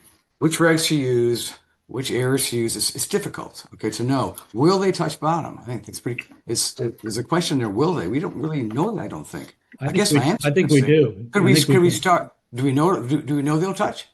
We know they will not touch. Well, I'm not sure we all agree on that. I'm suggesting maybe. Can I share a screen? Because I've got the facts right here. I understand. I think what the analysis that we just heard saw on the spreadsheet was, will they ever be below 3 feet? Underneath the float. Oh, you're saying we don't need 3 feet. I guess I'm saying they can't touch, and if they have 2.5 feet or 3 feet, they're not going to touch. That's why I think you're absolutely right. There's 2 different, sets of regulations. One of them is made for these floats by the state and approved by the harbor master and the shellfish warden, and the other one is, something that applies to shore-based docks. I guess I am suggesting something Jen kind of referred to. What if we tried and did touch? I guess I'm asking, would that mean we yank the program midsummer? That we would do it. So let's say they do. Could we do that? The board could monitor it and see what happens. The board could condition it that if the floats at any point in time touch the bottom, I mean, we could write something into the permit, but I think that's going to have to be discussed during your deliberation. Commissioner Ken, I just want to make sure that you recognize that the difference between what we were hearing earlier with the little spreadsheet was really about whether there has to be 3 feet or not. And you can see here in this the kind of weird scale of, you're talking about almost 200 feet across the bottom and 3 feet going up and down here. The little 16-foot wide float, with 5.4 inches of draft is nowhere near touching the bottom in any of these at off low tide or off the occasional moon lows. So I just wanted to make sure that that's clear. Maybe I'll ask Dan, since who's looked at this so closely. Do you feel comfortable with that, Dan? I at this point, I don't. I mean, in the end, I think bottom line is we've got what we've got for regulations, and I go with the 3 feet that we've got and say you've got to find a location that's got 3 feet. So I guess I'll stop asking my questions and suggest we might want to monitor it this summer. That's all for me. Thank you. And my comments will be, I think that these are floats. I don't think that this project should have even come before the commission. I don't, but I agree with you, Dave. I would like to see this close tonight, deliberate, and send this back to the harbor master. They've been working with Chuck and the harbor master with this. I don't think that we have much recourse. In the past, we've talked about setting precedent, and we don't like to do that. And this is completely setting something new because it's out in the middle of the ocean, in the middle of the bay.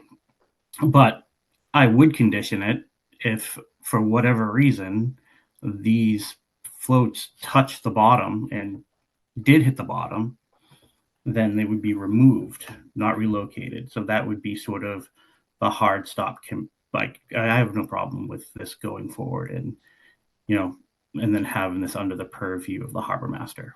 There are floats out in the middle of the harbor. That's sort of my comment on that. So you are saying we should monitor it carefully this summer. Well, you guys need to deliberate that stuff. Yeah, we have to deliberate. So I would, since we just went, I'll give one more round of comment to Dan and Ronnie, and then go from there. If you have anything left to add. I'm good. All right. All set. Thanks. Dan? I'll make a motion. I'd like to make a motion to close. All right. Yep. Okay. Second. Are we closing it and doing an order? Oh, yeah, never mind. Take it under advisement, right? Yeah. Okay. Correct. Yeah. Thank you. All right. We have a motion and a second. Any questions? Jen, is there anything in the chat on this one or the comment? Nope, nothing in the public chat. All right. Dave. Can't I? Dan. Bowman, aye. Ronnie. Duffy, aye. Motion to close the hearing, take it under advisement has passed. Thank you, Mike, for your time. Thank you all for your time. Thank you. I appreciate it. Cheers. Excellent. Next, we have Anthony Avini Jr. and Ellen Avini, 42 Squibnocket Drive, East Falmouth, Mass, for permission to reconstruct retaining walls, steps, and deck and patio, restore the coastal bank, and install restoration and mitigation plantings. Yes, Mr. Chairman, I am promoting Mike Borselli up to present his project. Mike, am I promoting Mr. Avini up as well? You don't need to promote him up unless there's something he wants to say during the presentation, but he can stay in the audience until such time. Okay, Mr. Avini, if you'd like to address the board, please use the raise hand function. I'll promote you to a panelist. All right. Thank you, Mr. Chairman, members of the commission. For the record, Mike Borselli, Falmouth Engineering, and I represent Tony Avini, who's here in the audience. Mr. Avini has filed a notice of intent to correct some violations on the property.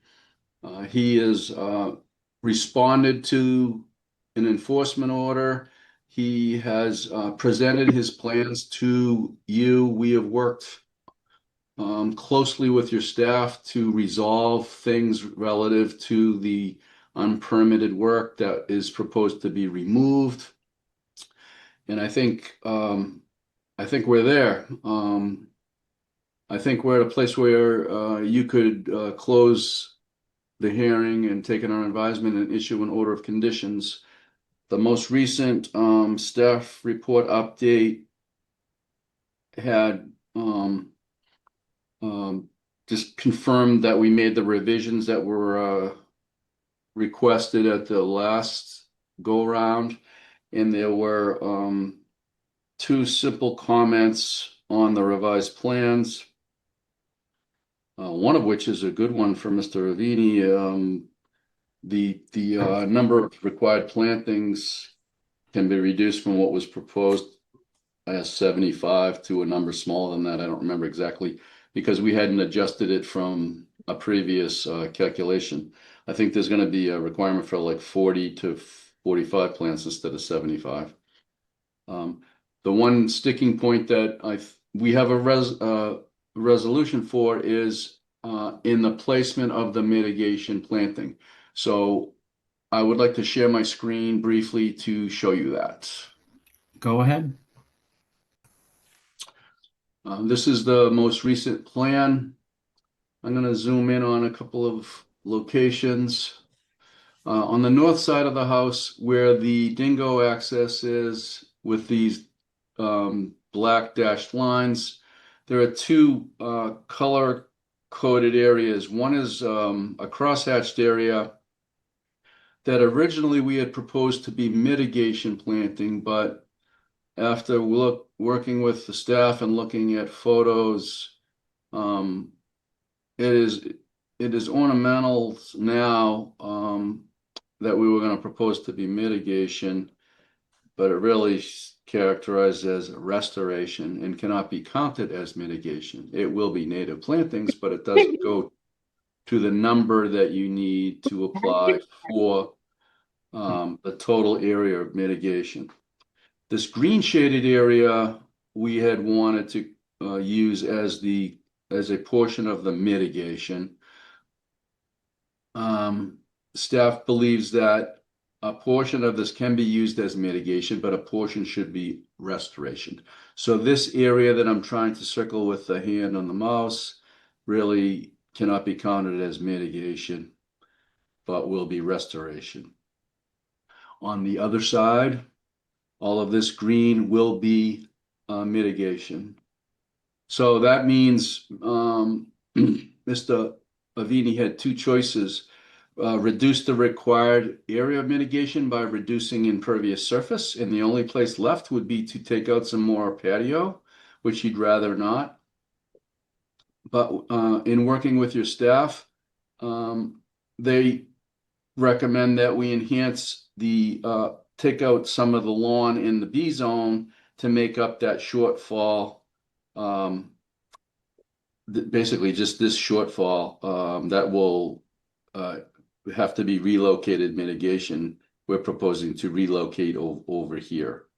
So we intend to submit a revised plan. I'm hoping you can close the hearing and make a condition that we submit a revised plan, work with your staff to make sure they're satisfied on that exact placement of that mitigation, and show the other area as restoration.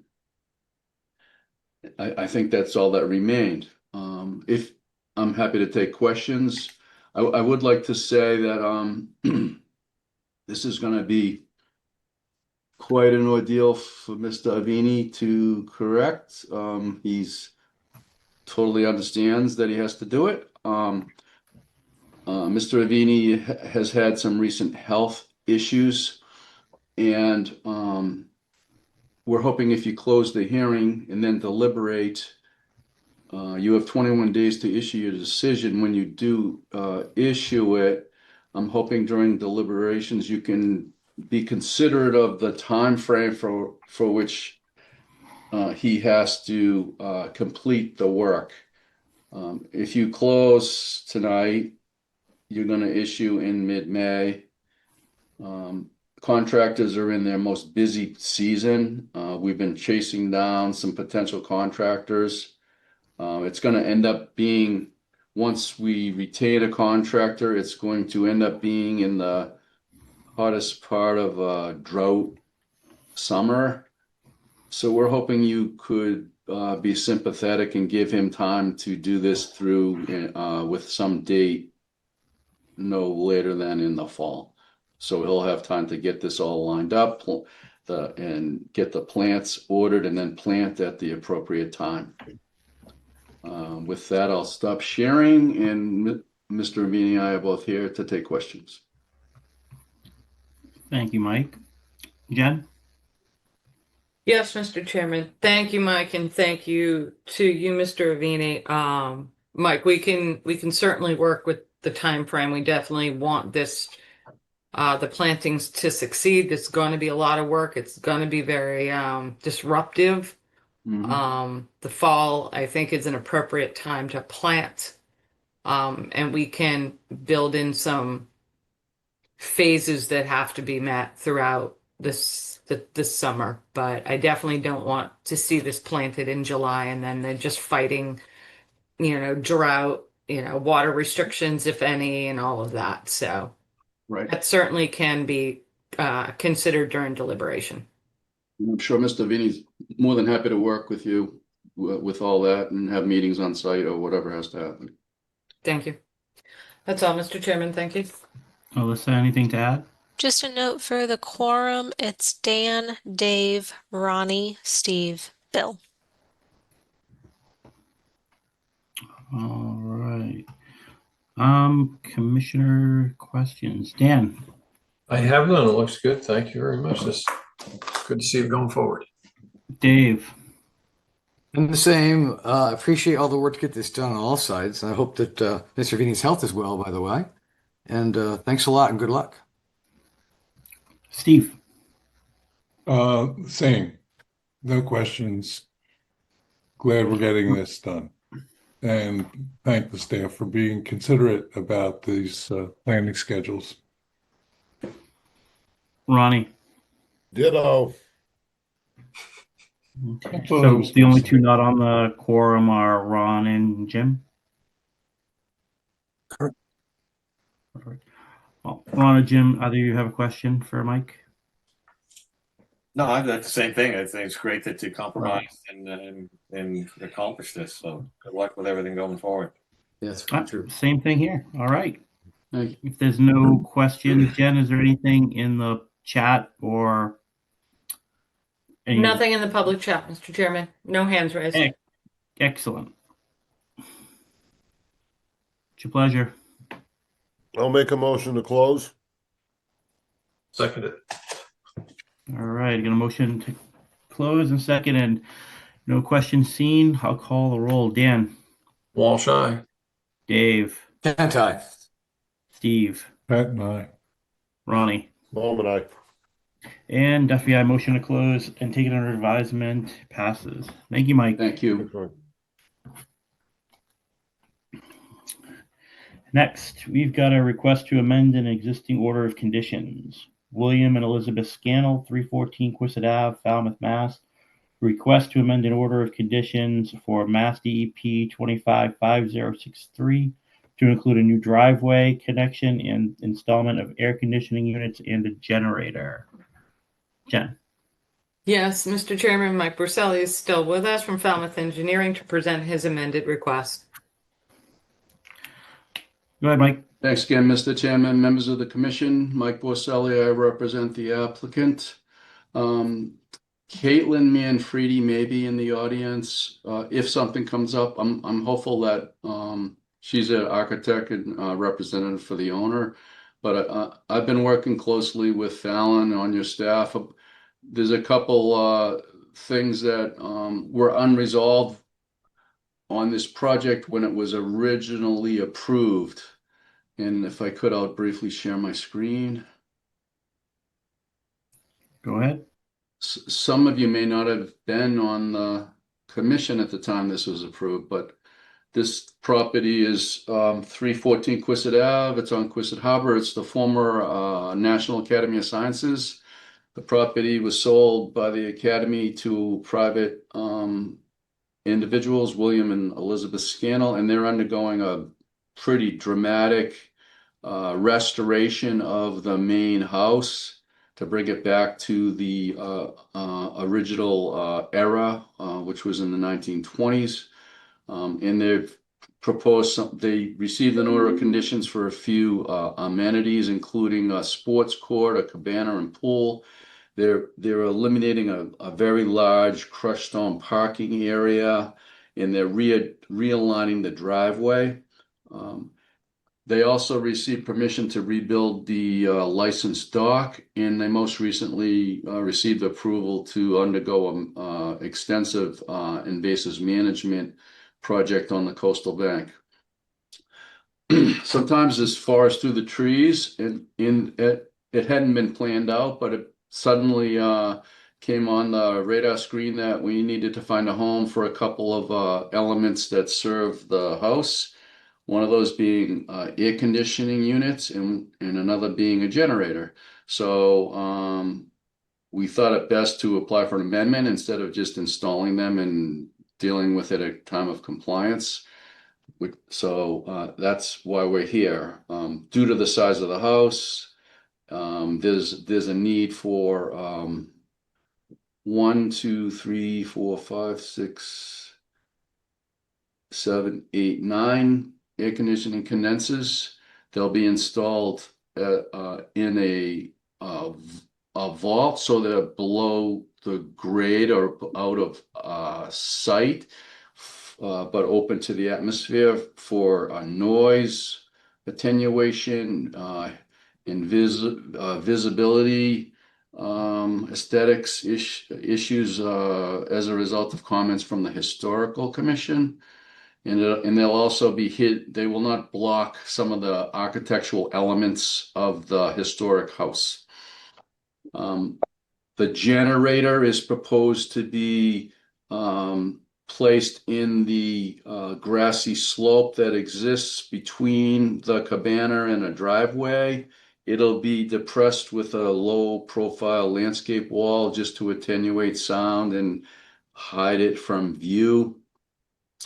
And finally, there's a small driveway connection proposed. Originally, there was no driveway connection proposed to the cabana. There's a significant driveway system here, but was no access to the garage door at the cabana. They decided that they should have an access there. All of these things are adding impervious surface, but there was such a significant decrease in impervious surface from the current situation that we still have a net decrease of just under 5,000 square feet of impervious surface. So that's after we propose these elements, which add some minor impervious surfaces. So I've been working closely with Fallon. The staff report had no comments, and we're hoping that you can vote to amend the order of conditions for this. And I'm happy to take questions.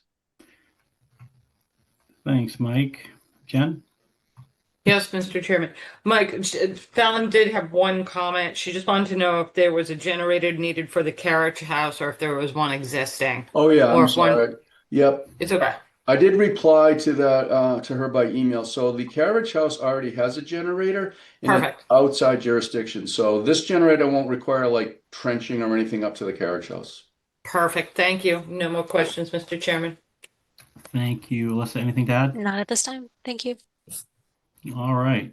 I'll start with staff. Steve, Nothing to add, Mr. Chairman. Thank you. Dave, I'm all set. Ron, How big is that generator, Mike? You mean in kilowatts? Kilowatts in size. It's just for a house like that. It's like, I don't know the kilowatt rating, but I think the footprint's about 4 foot by 8 foot. Wow. Okay. All right. That's all. Thank you. Good luck with it. Thank you. Dan, Dan, you're muted. No questions. Thank you. yeah, Thank you. Ronnie,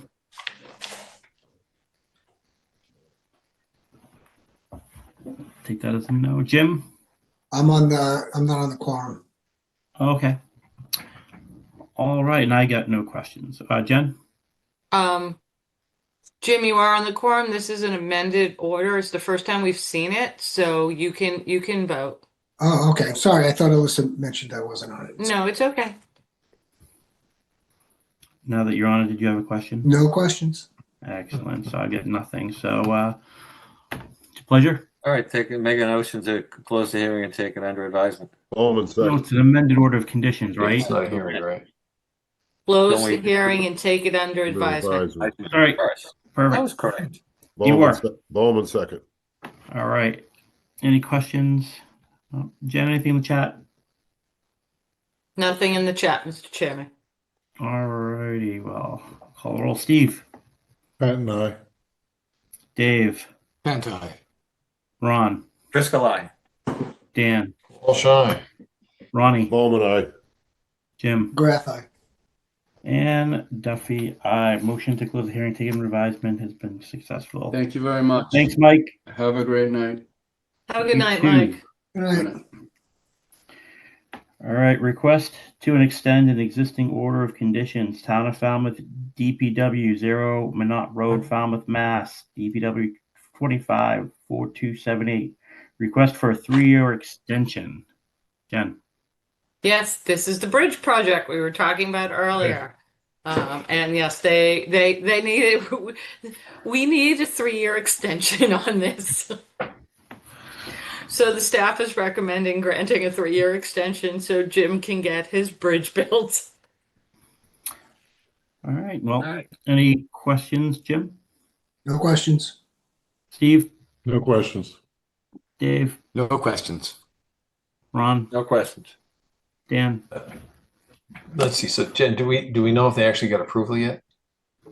Last I heard, there was actually some movement at MassDOT, so it's being held up at MassDOT, but I will double check with Jim McLaughlin tomorrow and send you all an email to let you know the schedule. Otherwise, I have no questions other than is 3 years enough, unfortunately. I'm hoping it is. I really am. Ronnie? No questions. And I got no questions.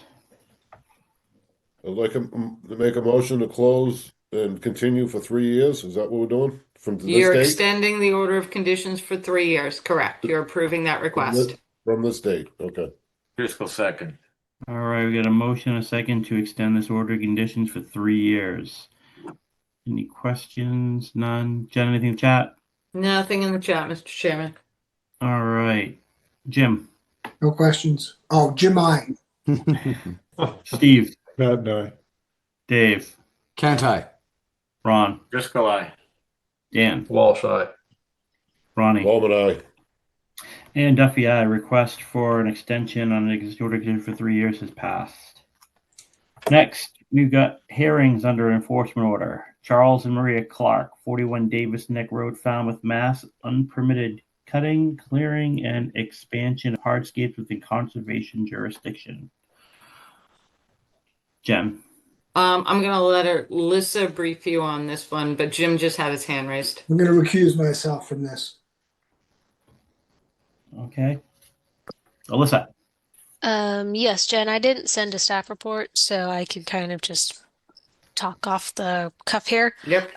But we did schedule this enforcement order for this evening. We are anticipating the filing of a notice of intent in the coming weeks. So we do not feel like we need to open this at this time. But we have been working with the property owner and their engineer to get a survey of the property, identify the unpermitted work that took place. It appears that the work can be permitted with proper mitigation. So we're just waiting for that to come in. So we're expecting a notice. All right. So we don't have to do anything with this. We'd like to continue it, keep it on the agenda. Continue it till what? We're going to recommend maybe a month and a half out. Can we continue until we get a notice of intent? It might be worth keeping it on the agenda even past then, just to ensure that, the remediation does occur. We've done that for a couple others, but for right now, it's just sort of here as a fail-safe. So May 16th then? It looks like it's a date I see on our packets. It's a month from now. There's May 6th. 6th. That would be a couple weeks. Jen, I think we're just not meeting the 27th, so maybe we can bump it to the 13th or the 20th, give a full Yeah, like I'm 4 thinking weeks. mid-May. Give Mike time to file that notice. Okay. So the 13th or the 20th, I'm fine with. What's All the right. board's pleasure? Continue to the 20th. Okay. I'll make a motion to continue this till the 20th, Pat. Driscoll second. All right. You got a motion and a second to continue to the 20th. Questions? Seeing none. Jim. Oh, you're not doing this. Steve. Pat and I. Dave. Can't I? Ron. Driscoll, aye. Dan. Walsh, aye. Ronnie. Bowman, aye. And Duffy, aye. 6 and 1 abstention. Next, other business. Commission to vote funding for land management seasonal positions annually and purchase of equipment from the Conservation Fund. Jen. Yeah, so the commission, you have what is called a conservation trust fund, and it is to be used with a vote of the commission for your mission, which is, stewardship of your conservation lands. This fund was originally used to upgrade the half-time position, which was Fallon's position before she got it, to a full-time. That was done for the past 2 years. The fund was used to supplement that. And last year it was used to fund a seasonal employee. Now the town is moving away from relying on the fund for staffing, so that's currently taking effect. But I would like to use the fund to staff this year's seasonal position for a total of anywhere from 16 to 20 weeks, depending if the person we hire needs to go back to school or can remain until like the end of September, mid-October. And I would also like to use the fund, given the presentation at town meeting, this year's capital budget is going to be very difficult, and we do need to buy a significant piece of equipment that will help us with our several land management projects.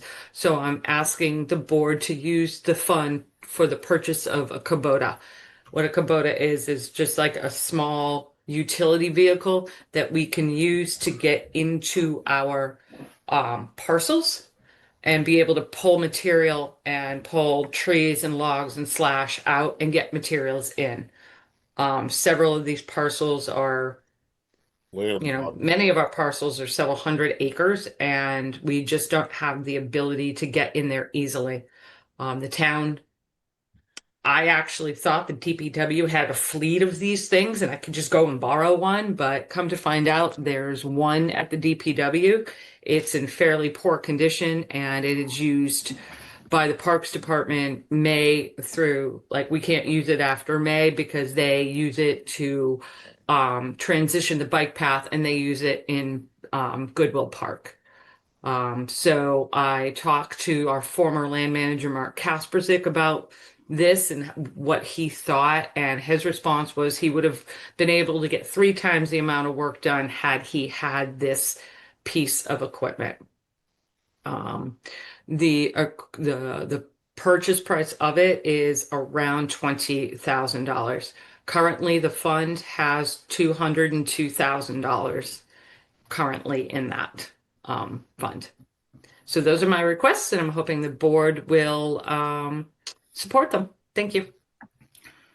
All right, questions from the commission. Jim? No questions. I think it's a great idea. Steve? I have no questions, but you won't have a new hire in the department? We're going to hire a seasonal position like we did last year. No, not the seasonal. You have a full-time employee you're adding to your staff? No. Not with this order. But no, Jen, I think it's the Kubota and the seasonal. No. Are you replacing Mark? We did replace Mark with Henry. Thank you. That's already been done. Did you tell us about that? No, you didn't hear it before. It's okay, Steve. I read it in the paper. That's right. You saw him with Well, you Will. all knew Mark retired. Of course I was going to replace him. I'm sorry, I didn't tell you, Steve. You should come in and meet him. He's a great guy. Okay. Okay. Dave? No question. Sounds great. Pentai.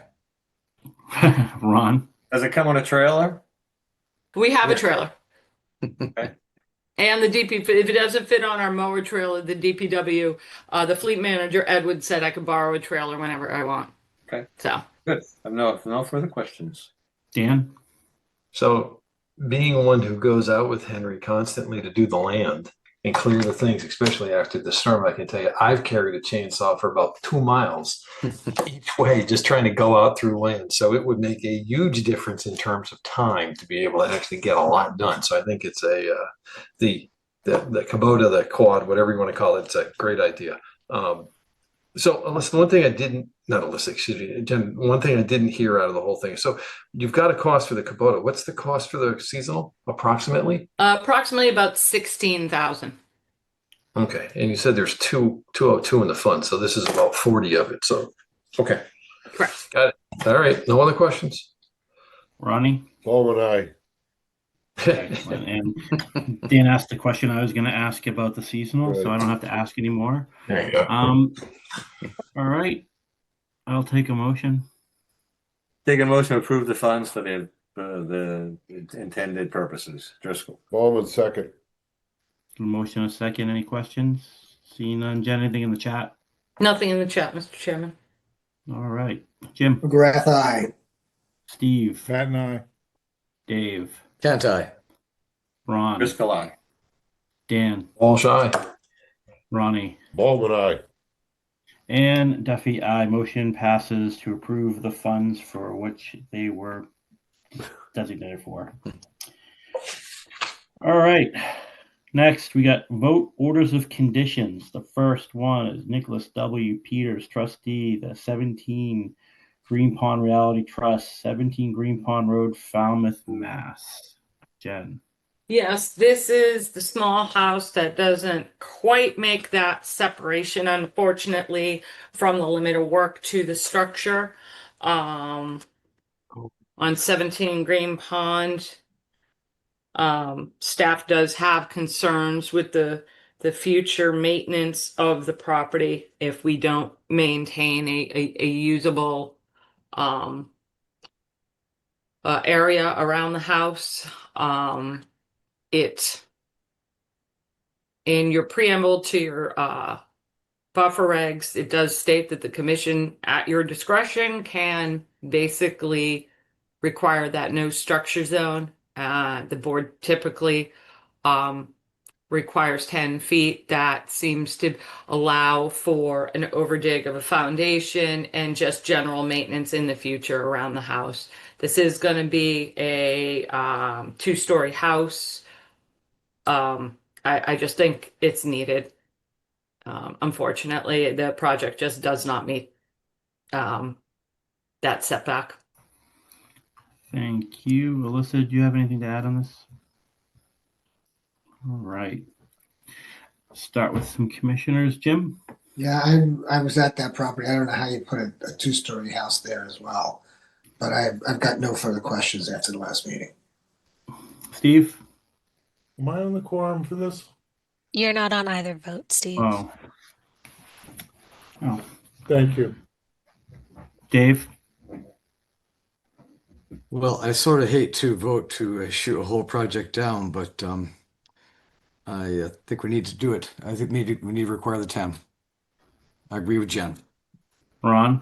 No, I think we would require 10 too. And also just if we vote this down, Jen, correct me if I'm wrong, we're not voting with prejudice or without prejudice, so that they can, we're not issuing an order of conditions for this project. They can come back at a future time, even with the same project, and come before us again. So Absolutely. they might go yes. to the zoning board and get their 5 feet from the zoning board and not from the Conservation Commission. Correct. There is a provision in zoning, I believe, that if a project is denied, an applicant has to wait 2 years in order to return to zoning. That is not the case with conservation. If you do not vote this order of condition, it will be denied without prejudice, and they can return at any time in the future with a new project, the same project, whatever. Okay. Thank you. Dan? So, curious, why'd you ask that question? Why did I ask that question? Yeah. Because they haven't gone to the zoning board. They went this project okay. in 2013. And I looked at the regulations, and they meet all three, the 3 legs of the stool, if you want to use the legal terms. I think they'd meet all 3 of them if they went to the zoning board now and get the 5 feet. I agree. And so the town meeting, they also adopted the seasonal community designation, which, if I understand it correctly, and that's a big if, they got to go change a bunch of the zoning requirements, including setbacks, because part of the issue is how far did they have to be from the street. Right. And at some point, the conversation was, sorry, that's the Coast Guard flying by. at some point, there was a discussion about they wouldn't be allowed to get any closer to the street. And I think that zoning rule will have to change within the next 2 years. So I think they have a potential to build a house and move it closer to the street after that regulation's changed. So more a statement than any question. That was all I had. Ronnie?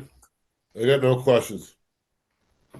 Either way, I was thinking the same thing. I heard there was a lot of talk of tiny houses at town meeting, and hopefully, if you can wait a little bit, then the zoning laws will, well, at least be liberated a little bit for him to move back and then get the 10 feet. So, right. So Jen, do we vote a condition here, or we just choose not What you to? do is you put a positive motion on the floor, and if you do not want to vote for the project, you vote no. All right. I move to issue an order of conditions as extensively discussed. Driscoll. Walsh, second. All right, I've got a motion and a second to approve an order of conditions as extensively discussed. No questions? Anything in the chat, Jen? Nothing in the chat, Mr. Chairman. And just a point of order, Mr. Chairman, when you're voting an order of conditions, the project is closed. The hearing has been closed, so you cannot take any public chat during your voting an order of conditions. Perfect. Thank you very much for that. I will start with Jim. McGrath, nay. Steve. Abstain. Dave. Yeah, no. Ron. Driscoll, no. Dan. Walsh, no. Ronnie. Bowman, no. And Duffy, no. Voter order conditions has not passed as extensively discussed. Next, Stephen Augusta, 33 Oyster Shell Lane, East Falmouth, Mass. Jen. Yes, Mr. Chairman. Alyssa, can you jump in and help me out on this one? I did not bring my papers or my notes for 33 Oyster Ponds. I have and so I was many just looking notes. for them. I'm like, where's the oyster shell? No worries. I have all the notes. Okay, thank you. Two or 3 inches of them, yes. Yes. Yes, there's a lot. So this order was filed to comply with the recent enforcement order issued by this commission to bring the property into compliance. To just get into where things have left off. They have evaluated the property for, impervious surface and are proposing the appropriate mitigation along that southern property line. I think that was the blue area.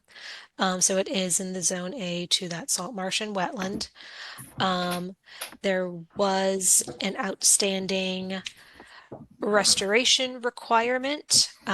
There were some trees originally proposed in the order when the house was constructed to be placed in that already forested area to the north of the property. These were installed and they were cut. They were originally re-proposed to the commission to be installed in shrub form. That did change as of the last revised plan. They are now still proposing to put trees back. Staff does not support that. I think it was better for the property with the shrubs. The trees have already been installed and failed. And also, there's really no need to put more trees in that forest. I think shrubs added to the property would be beneficial. They could go further down south next to the mitigation. There's lots of places they could go as opposed to where they were proposing them at the start of this process. They will need to update their plan to revegetate the buffer to the east side where the dock is. Per the dock order from the 90s, there was a particular buffer that was required that is not on site and will need to be restored to be in compliance with that old order. There's an extra float on the dock as surveyed. That float is not out there being the winter and it is not proposed to return. So that's good there. The other points of contention include the aspects of the property that are unpermitted and moving closer. There's a smidge of driveway, a tiny little edge of patio, and there is the reinforced grass paver area. When this house was approved, the reason the deck is in that weird arc was because that was the point in which no structure could move closer to the salt marsh. Staff argues there is structure. So the staff would argue that those 3 items would need to be removed.